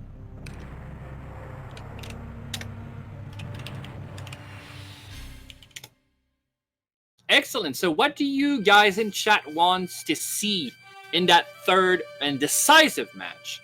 in terms of random toolkit, what monsters do you guys wants to see? So, one monster is going to be replacing Cutie and is going to have his random element and Spell Awaken. The other one is going to be very normal monster inside of an egg, but it's not going to be a Palumpa, or actually it could, obviously, randomization, but it could be anything else as well. Ski Stream going with the Orlando, oh, a favorite of mine. You touch my heart, Skeef. I really would appreciate seeing some Orlando Bloom action. But you know, it actually has been a while since we saw some Thunderblade action here. Yeah, Garuda would be a lot of fun as well. It's such a different playstyle that I really want to see once in a while. I was afraid that we'd get too many Garudas, you know, so many Hags that there's a chance that one of them is a Garuda. But we actually didn't get that much, or actually I think we only got 1 1/3 friendly third, so competitively I don't think we've ever even have one in the tournament, and that would be nice. Chai saying please no. Oh, you know, we're gonna get to see what's gonna have. Yeah, hair versus hair. Yeah, rocket hair versus rocket hair. That'd be fun. And it's such a dangerous playstyle as well. Every time you use the ability, you're just like, am I alive? Can I look? All right, so both our runners are gonna be in position. I assume Hexter, you're gonna take care of the countdown here. Yep. Yeah, I'll do that. Thank you very much. Yeah, the only monster I think we have not seen yet in this tournament is the Killer. So I'd really like to see a Killer run at some point in this tournament. I mean, it's random, so it could, you know, not have every monster, but I'd really like to see that. Not every monster were used, obviously, because you do get always, you know, a starting monster and then an egg. So if one of the monsters is really bad, like a Dreamin', for example, you could just, you know, use the other one. Sometimes it's even worse, but you know, thing happens. But yeah, we're gonna get to see the countdown going down here, and our runners are gonna be soon starting to run to the tower. Obviously, there's a small delay, so we're gonna get to talk a little bit more about it. But yeah, it's Chai versus Reven. That's definitely a match I was hyped about, because Chai and Reven has been my co-organizer for the tournament. They've done a crazy good job. They didn't know each other. I didn't know much about either of them either before we started this whole thing. And it's been just such a great adventure. They've been very helpful. They're very good person, very nice people. And it's kind of sad that they had to face each other and one has got to, you know, kick the other one out of the tournament. But I really, really like having those two guys on my sides are making the tournament, and now it's the match. It's the one. Nobody is going to be better at facing off against the other one than, you know, his best friend, and the one his practice partner, should I say, even. And yeah, that's going to be a match to end all matches. What do we get here?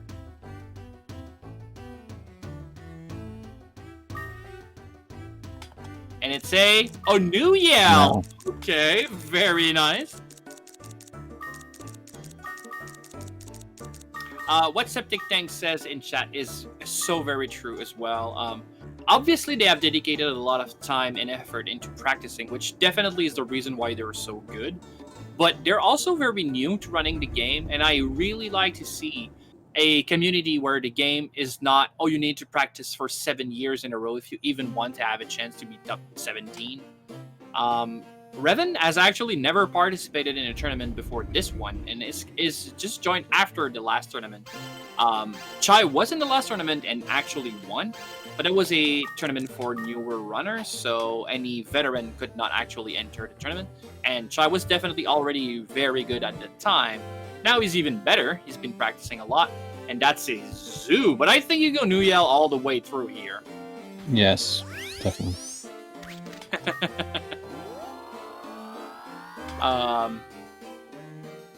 But yeah, Keelix Fox, it's absolutely possible to get CUNY, either replacing CUNY, in which case doesn't really replaces it, but it could actually be of a random element. You could get a wind CUNY or a water one, which is nice. And also it could be inside the egg. So the egg you get at the start if it doesn't have a name, and it could have been a cutie here, but it didn't. We did see it once though, as in the egg, and that was kind of nice. Oh yeah, Diamond Shield start is very, very nice. Like I said, shields do become quite weak quite fast, but early on, it's such a huge difference. On that first floor, it makes it so fighting those trolls is not scary at all.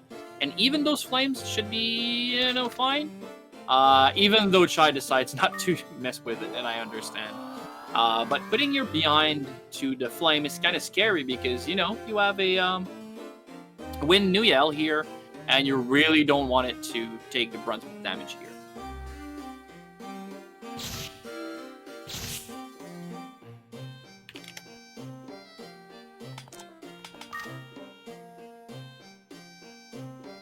All right.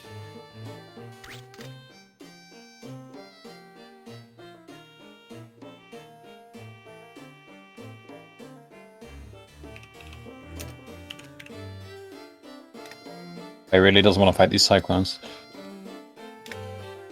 Oh yeah, absolutely. I mean, they are scary, but I mean, with AI 1 and or just using... Yeah, mixed deal heal should be quite enough for 2 hits here. Yeah. So I assume it's just getting the higher elevation that was a problem for Chai here? It was mainly because there were 2, but now there's only 1.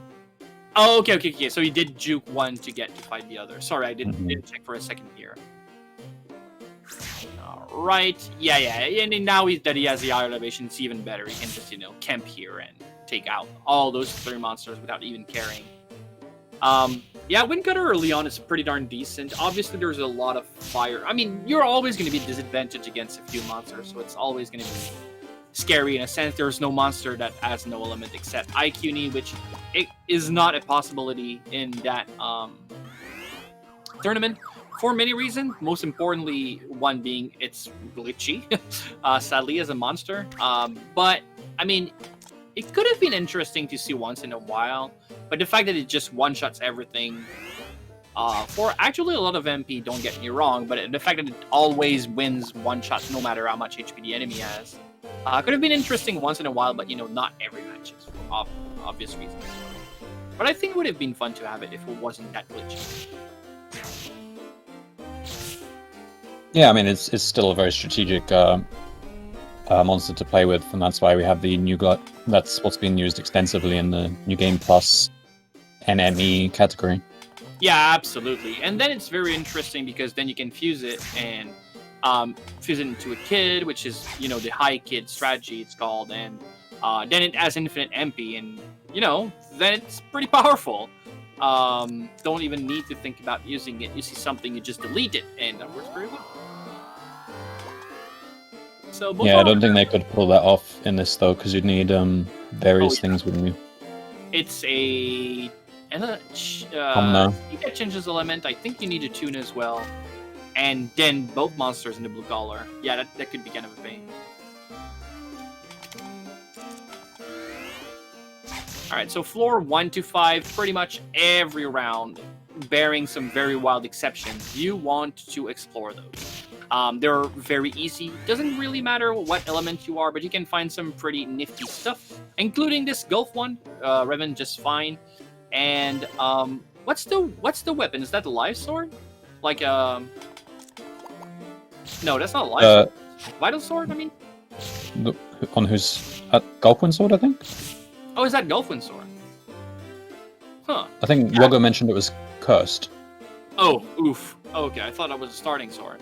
It's a curved Gulfwind. Oh, okay. I was gonna say, why don't you even change for a Gulf one? But yeah, that would be the reason. There you go. Scroll. They're gonna change to Gulf one. Let's just hope that's not cursed. There's less of a chance that wands are cursed than swords. But then again, you really don't want to be stuck with that Gulf one. But early on, that's gonna do wonders. Absolutely. Against fire monster is gonna be better than the sword, but against every other monster is gonna be very better than the sword. Magnitudes of ways better. It's important to remember that while decurse will remove decurse from the equipment, it actually do not decurse Co. And when Co is curse is luck. Biorhythm do not go lower, but it never reaches as high either. So it's a permanent status that can only be cured by two things, using a cure-all herb or leaving the tower altogether, which they cannot do during the tournament. So a Reven is going to be permanently cursed until or unless he can find a cure-all herb, which is a very rare item. It's going to do wonders. There we go, Keelix Fox. Puns, excellent. It's fun time in chat. Please give me your best puns. I really want to read them.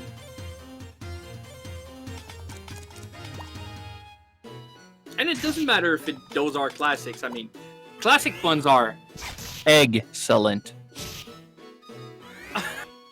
Very good. Very good, Sunlight. No, it's not, but I love it. Oh, I love me some good puns. Alright, so exploring floor 4 and 5 are going to be very important here. Reaching floor 6, again, that could depend. Even though I would argue that I would not explore floor 6 to 9. I could see Chai making an argument about exploring it. Again, U-boats are scary, but I mean, definitely Nuyel will help you take care of that. Nuyel is a very great monster. I don't think we've talked about it too much. There's a lot of reason why it's good. There's one reason why it's kind of less good, but, you know, again, arguable. The reason why it's so good is because it's got the the sword spell. Sword spell is always good. Every runners are going to be happy to see that. Don't get me wrong. The other reason why it's so good is because it doesn't have infinite MP, but instead of recovering 3 MP for eating any herbs, seed, or fruit you find in your ways, bearing obviously Pitas which restore 50 or Bleak Pita which restore 100, instead of recovering 3 MP, they're going to recover the full 50 as if they ate a Pita. So you can feed it a medicinal herb and recover its MP by 50. That's crazy. They also get the HP, by the way, which is pretty good. And the reason why it's a little bit less good, well, obviously not being able to pick it up is not a good thing. Don't get me wrong.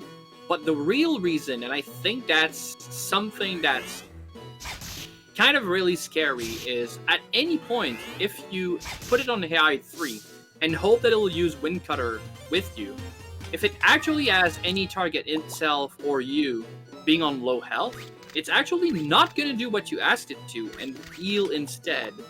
The heal is not a bad thing at all. It's a very good healing spell, but when you're a little bit later on and you know that your next hit is gonna kill, instead of killing, then you don't kill because it doesn't use Wind Cutter. Instead, it heals you for 20, and then you get hit for 60. So you don't even gain HP, right?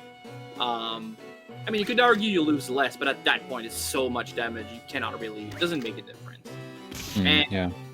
Forgetting to commend it to use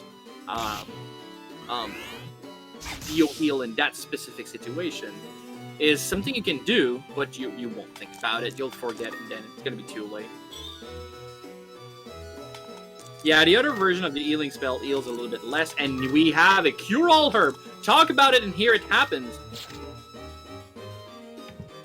Reven immediately eat the healing herb, making sure you restore his curse status, and now he's actually got all his accuracy back. Newell also keeps, I believe, both Ko and the Newell poison proof, doesn't it? Yes, they do. That's actually very nice because, well, poison is the real slow trap, so definitely something you don't want to hit with. It also deals a lot of damage. I mean, it cannot kill you as in some RPG, but I mean, it can deal like roughly 75% of your health before it depletes. That's kind of a lot of damage.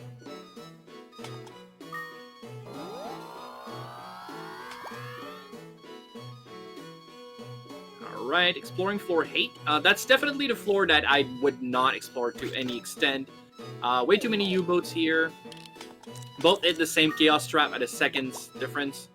Does Chai has 2 cure-all herbs? Nice. What's going on here? Has he already used one for the cursed, or is that he's still I- hanging on to it? I don't know that he did. I saw 2 in his inventory, so I would assume no. Hmm. If there was 3 cure all herbs in this seed. Oh, we Chai got never got cursed. cursed. Okay. Yeah. All right, so that's a scary situation. Even with a diamond shield, he takes 10 damage here. Yeah, you can see the hamster spinning. He's He thinking doesn't about have his move. much to take care of them, does he? He can get in the room and use a holy bell, maybe. Yeah, and take some hits. I think that's what he's going for.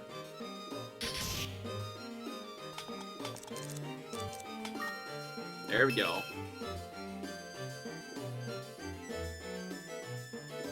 Then you can whack at the U-boat and get some nice experience point here. Definitely needs it as well, only level 5 being quite low. Doesn't even get the level up though. Oh, that's... yeah, he was not only level 5, he was level 5 fresh.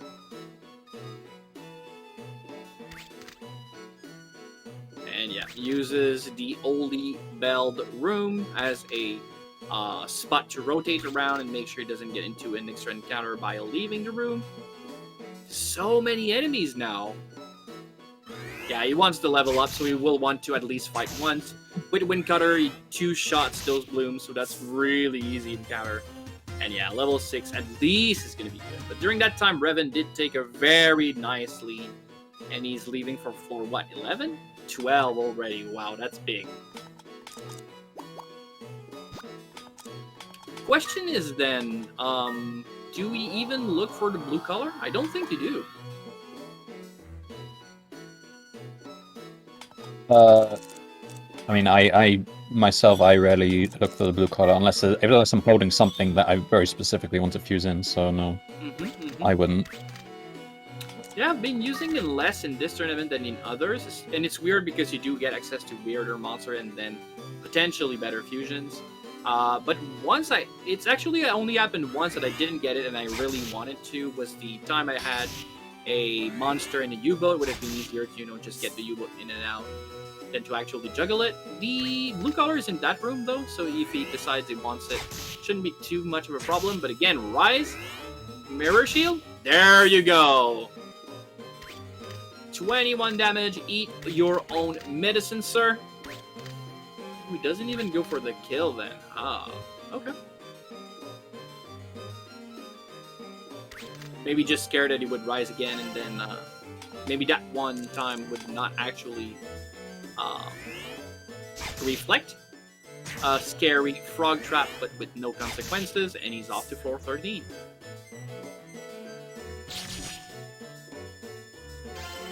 Yeah, again, this time Reven making sure that he rushes as fast as he can. A very different playstyle than what we saw during Reven's first game. Game 2 and Game 3 is just going increasingly faster. Receipt 2 did it in bad, though, about that. But this one so far is pretty decent. Obviously, he's kind of low level. That's scary. Yep. That could hurt. I think it's tuna time. Well, though, tuna can be used for tuna glitch, but again. Alright, one Kraken out of the way, he gets some good experience about it.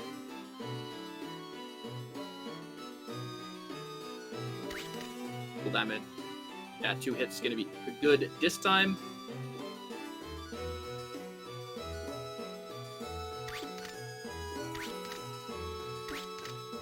And he's off. Yeah, he sees the elevator, he just uses them.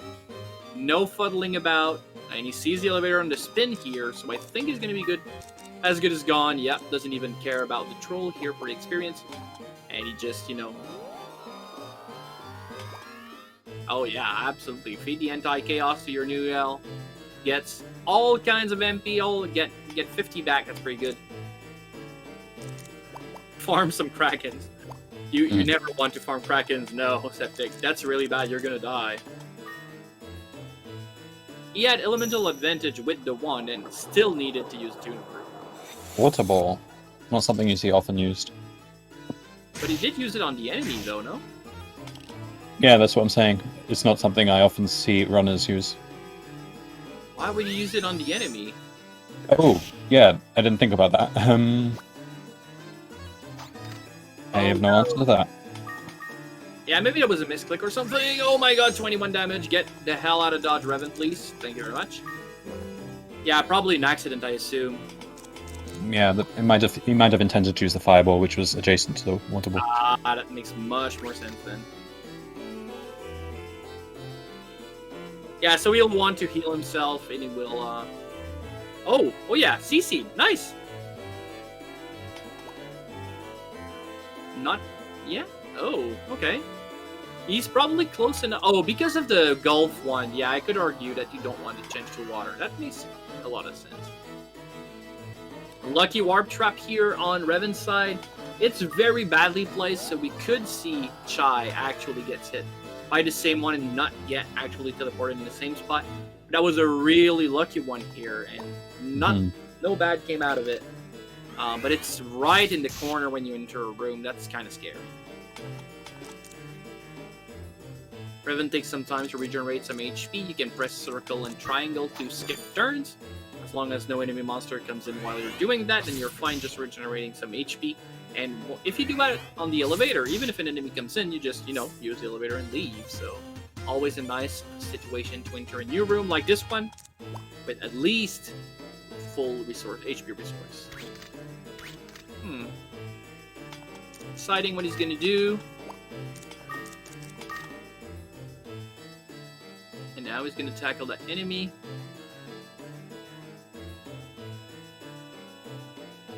Dealing some damage from afar, not necessarily a bad strategy, but that troll's gonna hit. Oh, I'm not even sure that's a kill next hit, and 18 damage is pretty decent. It might be a kill. It's not, yeah.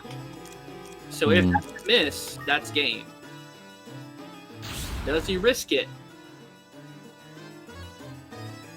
He does. It's a hit. Everything's fine. Gets some decent experience, and he most importantly gets to keep moving on.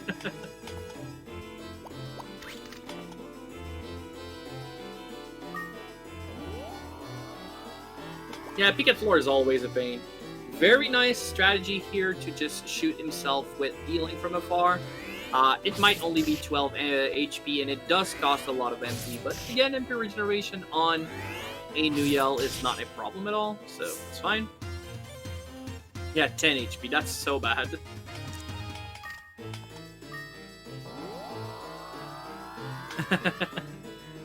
Life 1 team heal, yeah, absolutely. Actually, they can heal themselves, that's not necessarily a problem.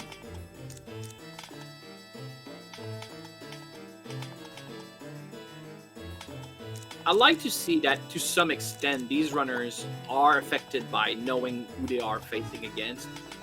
That's a very minimal thing, but Reven did miss his stutter stepping on the wooden one. There was no reason to actually even check the one. I mean, it could have been streamed, but I mean, you definitely want to stutter step if you step on it, just to, check what it's going to be. But it's a very minimal thing, but once you start missing up those very simple inputs, because stutter stepping is not harder or anything, it means that your brain is at so many places at the same time that it becomes some kind of a more dangerous situation, and you're creating bad situation out of nothing, and that can come back and bite you in the behind. And I like that. I like knowing that the runners aren't perfect or anything. Obviously they are not, and they do get affected by the pressure of the tournament. I like that. Kai's hanging on to a lot of herbs there. In particular, 2 Hazak herbs. Yeah. I guess he's saving them for the new L, but I'd be tempted just to feed the new L as I go along rather than hold them. I 100% agree. Maybe, stat recovering herbs when you have a new L is very decent idea to just keep them in, so you can, if you get struck by poison or worse, confusion, you can, or worse, blind, you can just say no. But yeah, maybe not having a gajillion of it is Yeah, because a couple of times he did have to manage his inventory to get another couple of items in. Yeah, I might have over-exaggerated on that specific part. I mean, that's Chai. Definitely taking always a slower route if he can, to just make sure that he gets the best results. But obviously, sometimes it works in his favor, sometimes it doesn't. We're going to get to see in that third match if it does. But like I said, Reven being in front, which it definitely is not surprising at all. The question is, was it the right play? And we're going to get to see later on. But yeah, Reven, like, knowing that you're the faster player of the two in a match is a great feeling. And knowing that you're the slower puts you under so much extra pressure that some players would fall too. And it's kind of scary. It's knowing that you're going to lose unless they play bad or something bad happens to them is not necessarily how you want to start a game, right?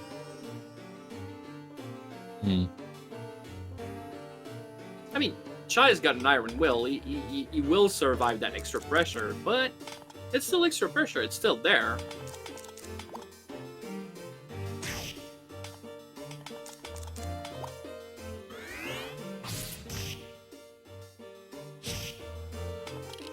So Viper down for Reven here.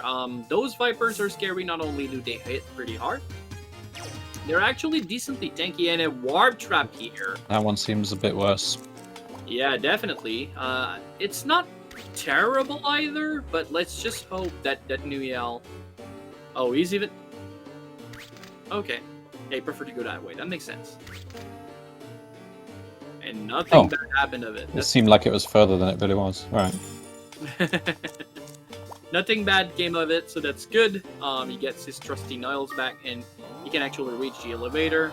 But you can see that happened like 5 minutes ago on Reven's side, so there is a decent difference in... Oh, he's gonna go with a riskier strat. I like it. I'll let Daniel tank. That should be a kill on second hit because of water elements. Yep, there we go. And then just leave with the elevator. It's less experience, but it was less behind in terms of experience if you compare when they actually reached that floor. So pretty nice, pretty nice. And he leaves the floor. Oh, actually they do at the same time. So it's 18 versus what, 23? 24, wow. Yeah, that's 6 floor difference. That's kind of big.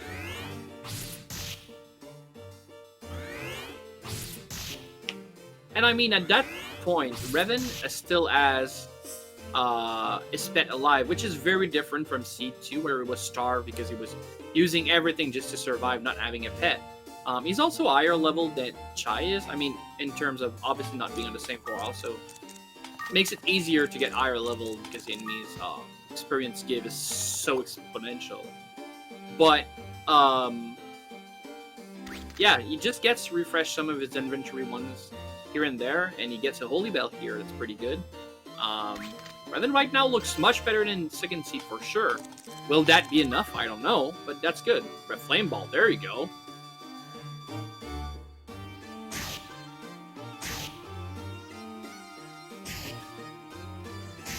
And floor 26 is also a lucky one, but the question here is seed and most importantly glasses. Oh, that's a misstep for sure. That Nuyel is 1 hit away from dying. Yeah, you'll need to spend a resource just to check those 2 items now, and actually just to survive.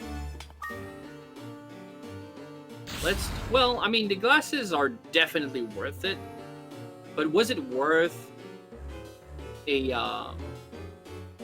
such a good resource here? Flame Ball 5 is nice.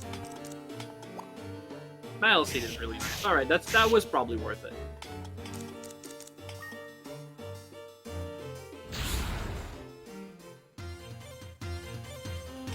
Floor 27 meets us again with a Mandara. Mandara they hit pretty hard. They do have very low defense. Or actually their defense is okay. It's just their HP is so low. But they do hit like a truck. The next hit would be a kill, but I think, yeah, Reven do not want to take a chance here. I think you want to reposition up though. Oh, he's gonna... Okay, well, downward as well. And there we go, that's a good kill. He just wanted to make sure that if he missed, he would not get one shot by the counterattack. And yeah, that was pretty well played, but again, he knew that the next hit would be a kill. It's just hoping that you're not gonna miss is not always a strategy to go here. Chai taking time to actually fight against Wee Dogs here to get a bell. That's behind it. That could actually be pretty darn decent. Also very good experience. Yeah, Reven started to fight again, and these encounters are going to be kind of scary. So I don't know how he wants to do this, but yeah.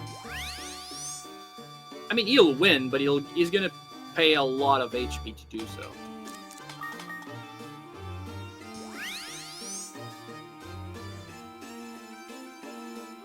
Alright, Chai using some very nice maneuver juking to get out of that room, and he gets to see the elevator, just gonna manipulate the enemy outside of the room, and gets to leave. He frees the zoo, okay. Yeah, like you said, extra, that his inventory management has been a little bit confused since the beginning of the game, so I think that's a good play here. You're definitely not gonna use that zoo now. Yeah. Wow, that's a lot of waves coming in from that room. Zeus and then 2 snowmans. Oh, he's gonna go around and jump back down again. That's actually pretty clever. Going around the merry-go-round, but again, getting stifled by another zoo. Now he really wants to get into that specific room. Zoos give paralyzed proof, don't they? They absolutely do, yes. So I was just wondering whether it's a good idea to just fuse it into Newer He to did give that. the paralyzed proof. Yeah, he did Oh. actually get the blue color, so it could have been an option. Oh, I thought you were saying he did fuse. All right, okay. Yeah.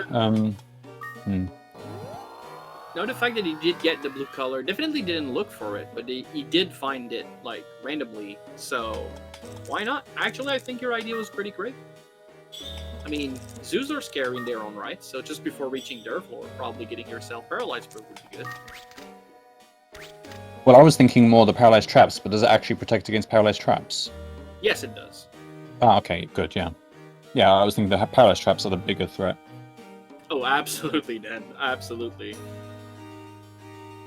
I always think about the zoos because they have PTSDs, but obviously, paralyzed trap are scary as well.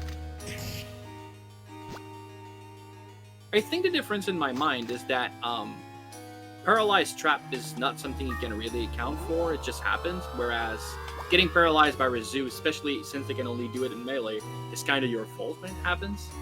Mm-hmm. So I always try to prepare for zoos because I can do something about it, where the traps I can't, but you know, getting immune to both is just a big bonus here. Reven doesn't even check the shield, doesn't care. Yep, gets to see the elevator to 30, but that sleeping Napolis, yeah. Oh, and the killer gets to get away. Holy Bell seems like a good idea, but okay, no, they don't get to exit through the northern gate. So he's gonna use that time to just, you know, zoom and say no. That's floor 30 versus floor 24 again. 6 floor difference. It means that Chai is keeping up. As long as the gap doesn't get, you know, bigger, it means that at least Chai is playing as fast as Reven is. Yeah, that's kind of scary. And he gets it still.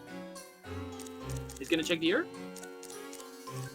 Okay, no, he considered that to be the time to actually change back to water, which I agree with. I mean, he doesn't have a stream one, so that's not as good, but you know.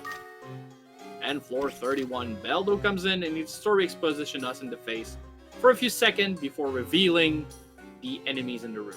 Is there any? Not even. Wow, so many sleeping Napolises.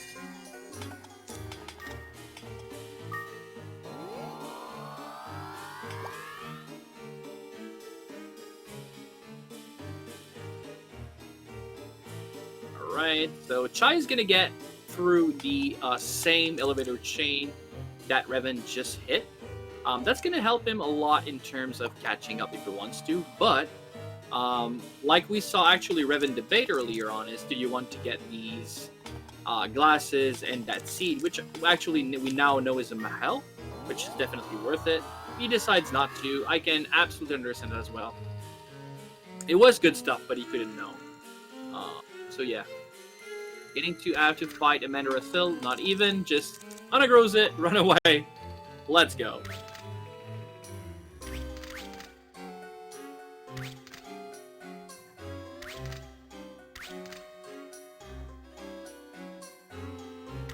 All right, juggling enemies AI. That's pretty nice. Oh, no. Wow. Yikes. What were you talking about earlier on about paralysis? My. Yeah, that's Snowman and that's Zoo. You cannot even take both hits. Oh. Even though the first hit unparalyze him, he still get killed because the round wasn't done. That's Snowman. It's something to say about it. And that's a match. My. What a set of race.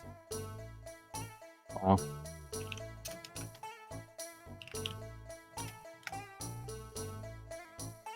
I'm gonna send both runners an invitation to chat a little bit.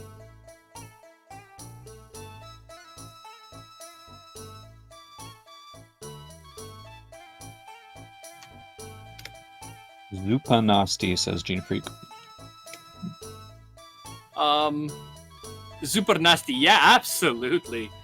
That's so sad though, especially since it was in a, archway, so he couldn't actually really see well what was coming up. And yeah, there's just, a Zoo there telling you, well, nope. And we get to have Chai in chat with us. Hello, Chai. Hello. GG on all 3 matches. That was really nice play here.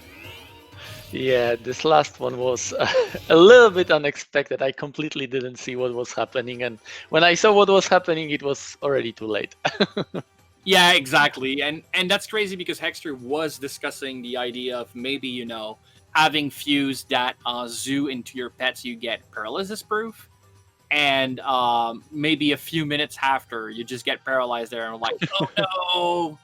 If I recall right, I didn't find the blue color in the last one. I was thinking, should I find the blue color or not? Because I was already in the elevator room. I was like, okay, I don't really need anything from the Zoo, so. Yeah, we did see Reven pick it up, but actually maybe you didn't. We didn't catch that specific part. GG Reven as well. Welcome in. GG Reven. Well played, Chai. I'm looking forward to watching this one back, that's for sure. You definitely want to check it back.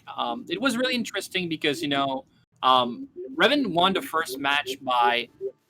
there's some kind of sound in the background? Yeah, I should apologize. I live in a jungle. That's fine. You cannot ask the jungle to slow down for a second, no? That's not how it works? Is there like a noise? I just did. They've agreed to be quiet now. That's so nice. So jokes apart, the first match was won by Reven playing fast, reach 40 first. Definitely the kind of playstyle I was assuming I would get to see from Reven.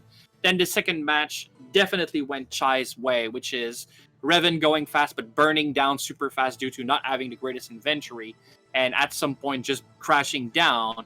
And Chai, even though the scene was not super fun and didn't actually get you all the tools you needed, you took your time, made sure that you were prepared, and when those nasty floors came in, you were prepared and ready to move through them, which Reven actually just burned down. Obviously, losing that win maximum to a rise was a pain, but, Chai actually had the chance to change it into a fire one before then, and he didn't get sniped, but even if he did, he probably would not have lost the maximum there.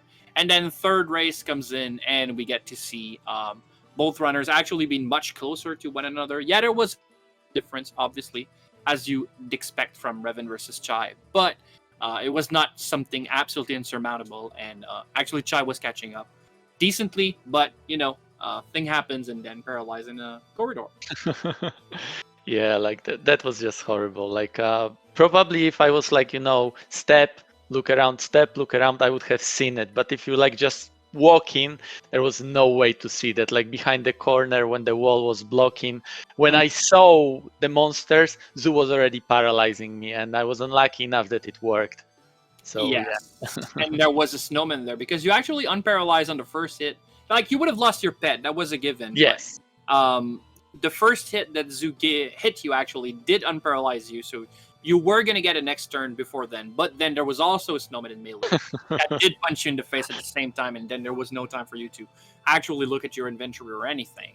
And Yeah, I still had like fireball, so I could have like handled the zoo. But if Yeah. both of them were there, I think I had one holy scroll, so I could have used it on me and somehow survive. But like without the newell, it would be really, really tough because it wasn't that generous of a seat when it comes to inventory. Definitely not like the first one. First one was crazy. it really was. Reven, my man, moving forward in the tournament, but talk to me a little bit about those 3 seeds, please. Well, game 1 was just spell balls galore. I had such a hard time managing my inventory because half of it was literally spell balls. And then I'd pick up a pair of star glasses and have to debate what I had to drop to be able to go fast. And I ended up losing a lot of time that way, I think. I'm gonna kick myself when I watch this one back on game 1. Game 2, I think I got greedy. I forget exactly what was in that room, but I decided to gamble with a lift from on that weapon, and it smacked my maximum down, which of course, I mean, I was expecting it to if it went down, and it went all right for a little while, but like Chai said, it was a pretty dry seed. I think I had a blinder ball or something that seed, but I didn't have any attack balls. I tried to have my Naplus out, so if I did manage to get a kill somehow, even though it didn't have mixture magic, it would have a ton of HP and maybe I could escape, but that didn't work when a picket hit it for like 7 at a time. Yeah. That was way Yeah. too scary. Speaking of spell balls, just a quick Chai, you actually used a water ball on one of your enemies. I'm gonna assume that was a misclick. No, that was definitely on purpose. I wanted that volcano to be protected from fire, just in case. Uh-huh. Yeah, like I like when I used that ball, I was like, oops. I for noticed then on the map that like, okay, there is something like right next to me, and then there is one thing adjacent, and I see that like, ooh, that volcano is next to me, so volcano is getting water ball. Yeah, so I had to like fix that one. Luckily, it was fixable, so it was Yeah, for still sure. okay. Yeah, it was not game ender or anything. That was just a funny moment.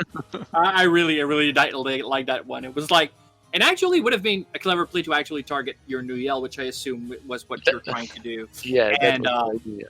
yeah, it took a second for Hextree to be like, oh, that's actually a nice play. We don't get to see that often. I'm like, yeah, you mean waterfall? Enemies like, oh yeah, actually that's not good at all. Yeah, we don't see that very often, and for a reason probably. For a reason. But I mean, again, the camera angle was not super clear on what was targeted. So yeah, there's that as well. But yeah, that 3rd seed was definitely a very interesting one, Reven. I think you were going for a very decent pace as well. If it would have continued, but sadly, again, Chai, you'll definitely want to rewatch the whole thing.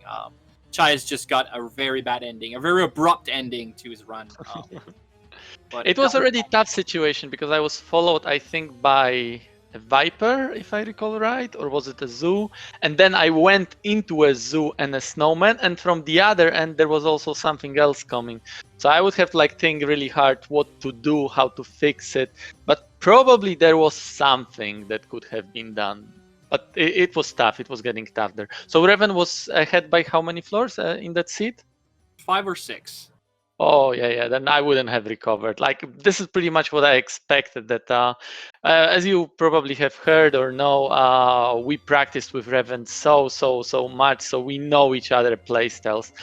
And Reven simply is faster than me. I couldn't do anything about it. So my only chance for winning the game is if Reven dies early. But this time it was me who died early. Sadly, yeah. So, Reven, you're actually moving on forward in the tournament, and next week you're going to get to play against Septic Tank, which is going to be our only match of that week. So, talk to me a little bit about you versus Septic. Well, I know Septic is he can be pretty competitive sometimes, and he's been putting the intimidation factors to me every chance he gets. But unfortunately for him, I have a grudge match to settle with Poulet in the finals. So we'll see how that goes. We'll see how he stacks up. Absolutely. I'll take a second here to also ask Chai, just your bet. Reven against Septic next week. If you asked me that question before the tournament start, I would have said like with pretty like good confidence that Reven would have won, both on time and just on the knowledge of the randomized monsters, right? Because we practiced with Septic maybe once or twice before the tournament started. Even though like Septic has like huge amount of knowledge from his any percent runs, he's like 3rd place in the leaderboard after all. He didn't have that much knowledge of all the monsters. But then before his matches, he started practicing like crazy, like doing 8-10 seeds a day. And what he was showing in previous games, like his pace and everything, it's gonna be hard. Like it can go either way. I cannot really like choose a favorite here. Oh, I like it. Hex3, something to add about next week Reven versus Septic Tank? Yeah, I mean, before I would have placed my bet on Reven, but as has been pointed out, yeah, Septic has put a lot of practice in recently, so for me, it's a coin flip. Yeah, absolutely. I think the same way as you both guys. It's going to be a crazy match for sure. It was nice to see very different playstyle in Reven and Chai this week. We're going to see a little bit more similar playstyle next week in terms of Reven versus Septic Tank. It's going to be a lot of fun. We're on the final stretch of the tournament. It's going to be 3 matches left. It's going to be 1 match a week. So obviously the match of the week next week is Reven versus Septic Tank for sure.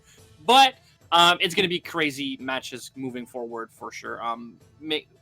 Just because of the qualities of the runners at the end of that tournament. It has been our craziest tournament yet. Obviously, Random Toolkit makes everything a little bit crazier for sure. But also, the upsets, the storylines, the tournament itself has been a lot of fun. So I just want to say thank you very much to everyone here. Obviously, Hex3 for being my partner on mic today. Thank you. Thank you very much to both our runners, Chai and Reven, for having run for us today. It was a lot of fun watching you run.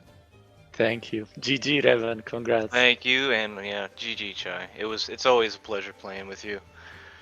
Pleasure was mine.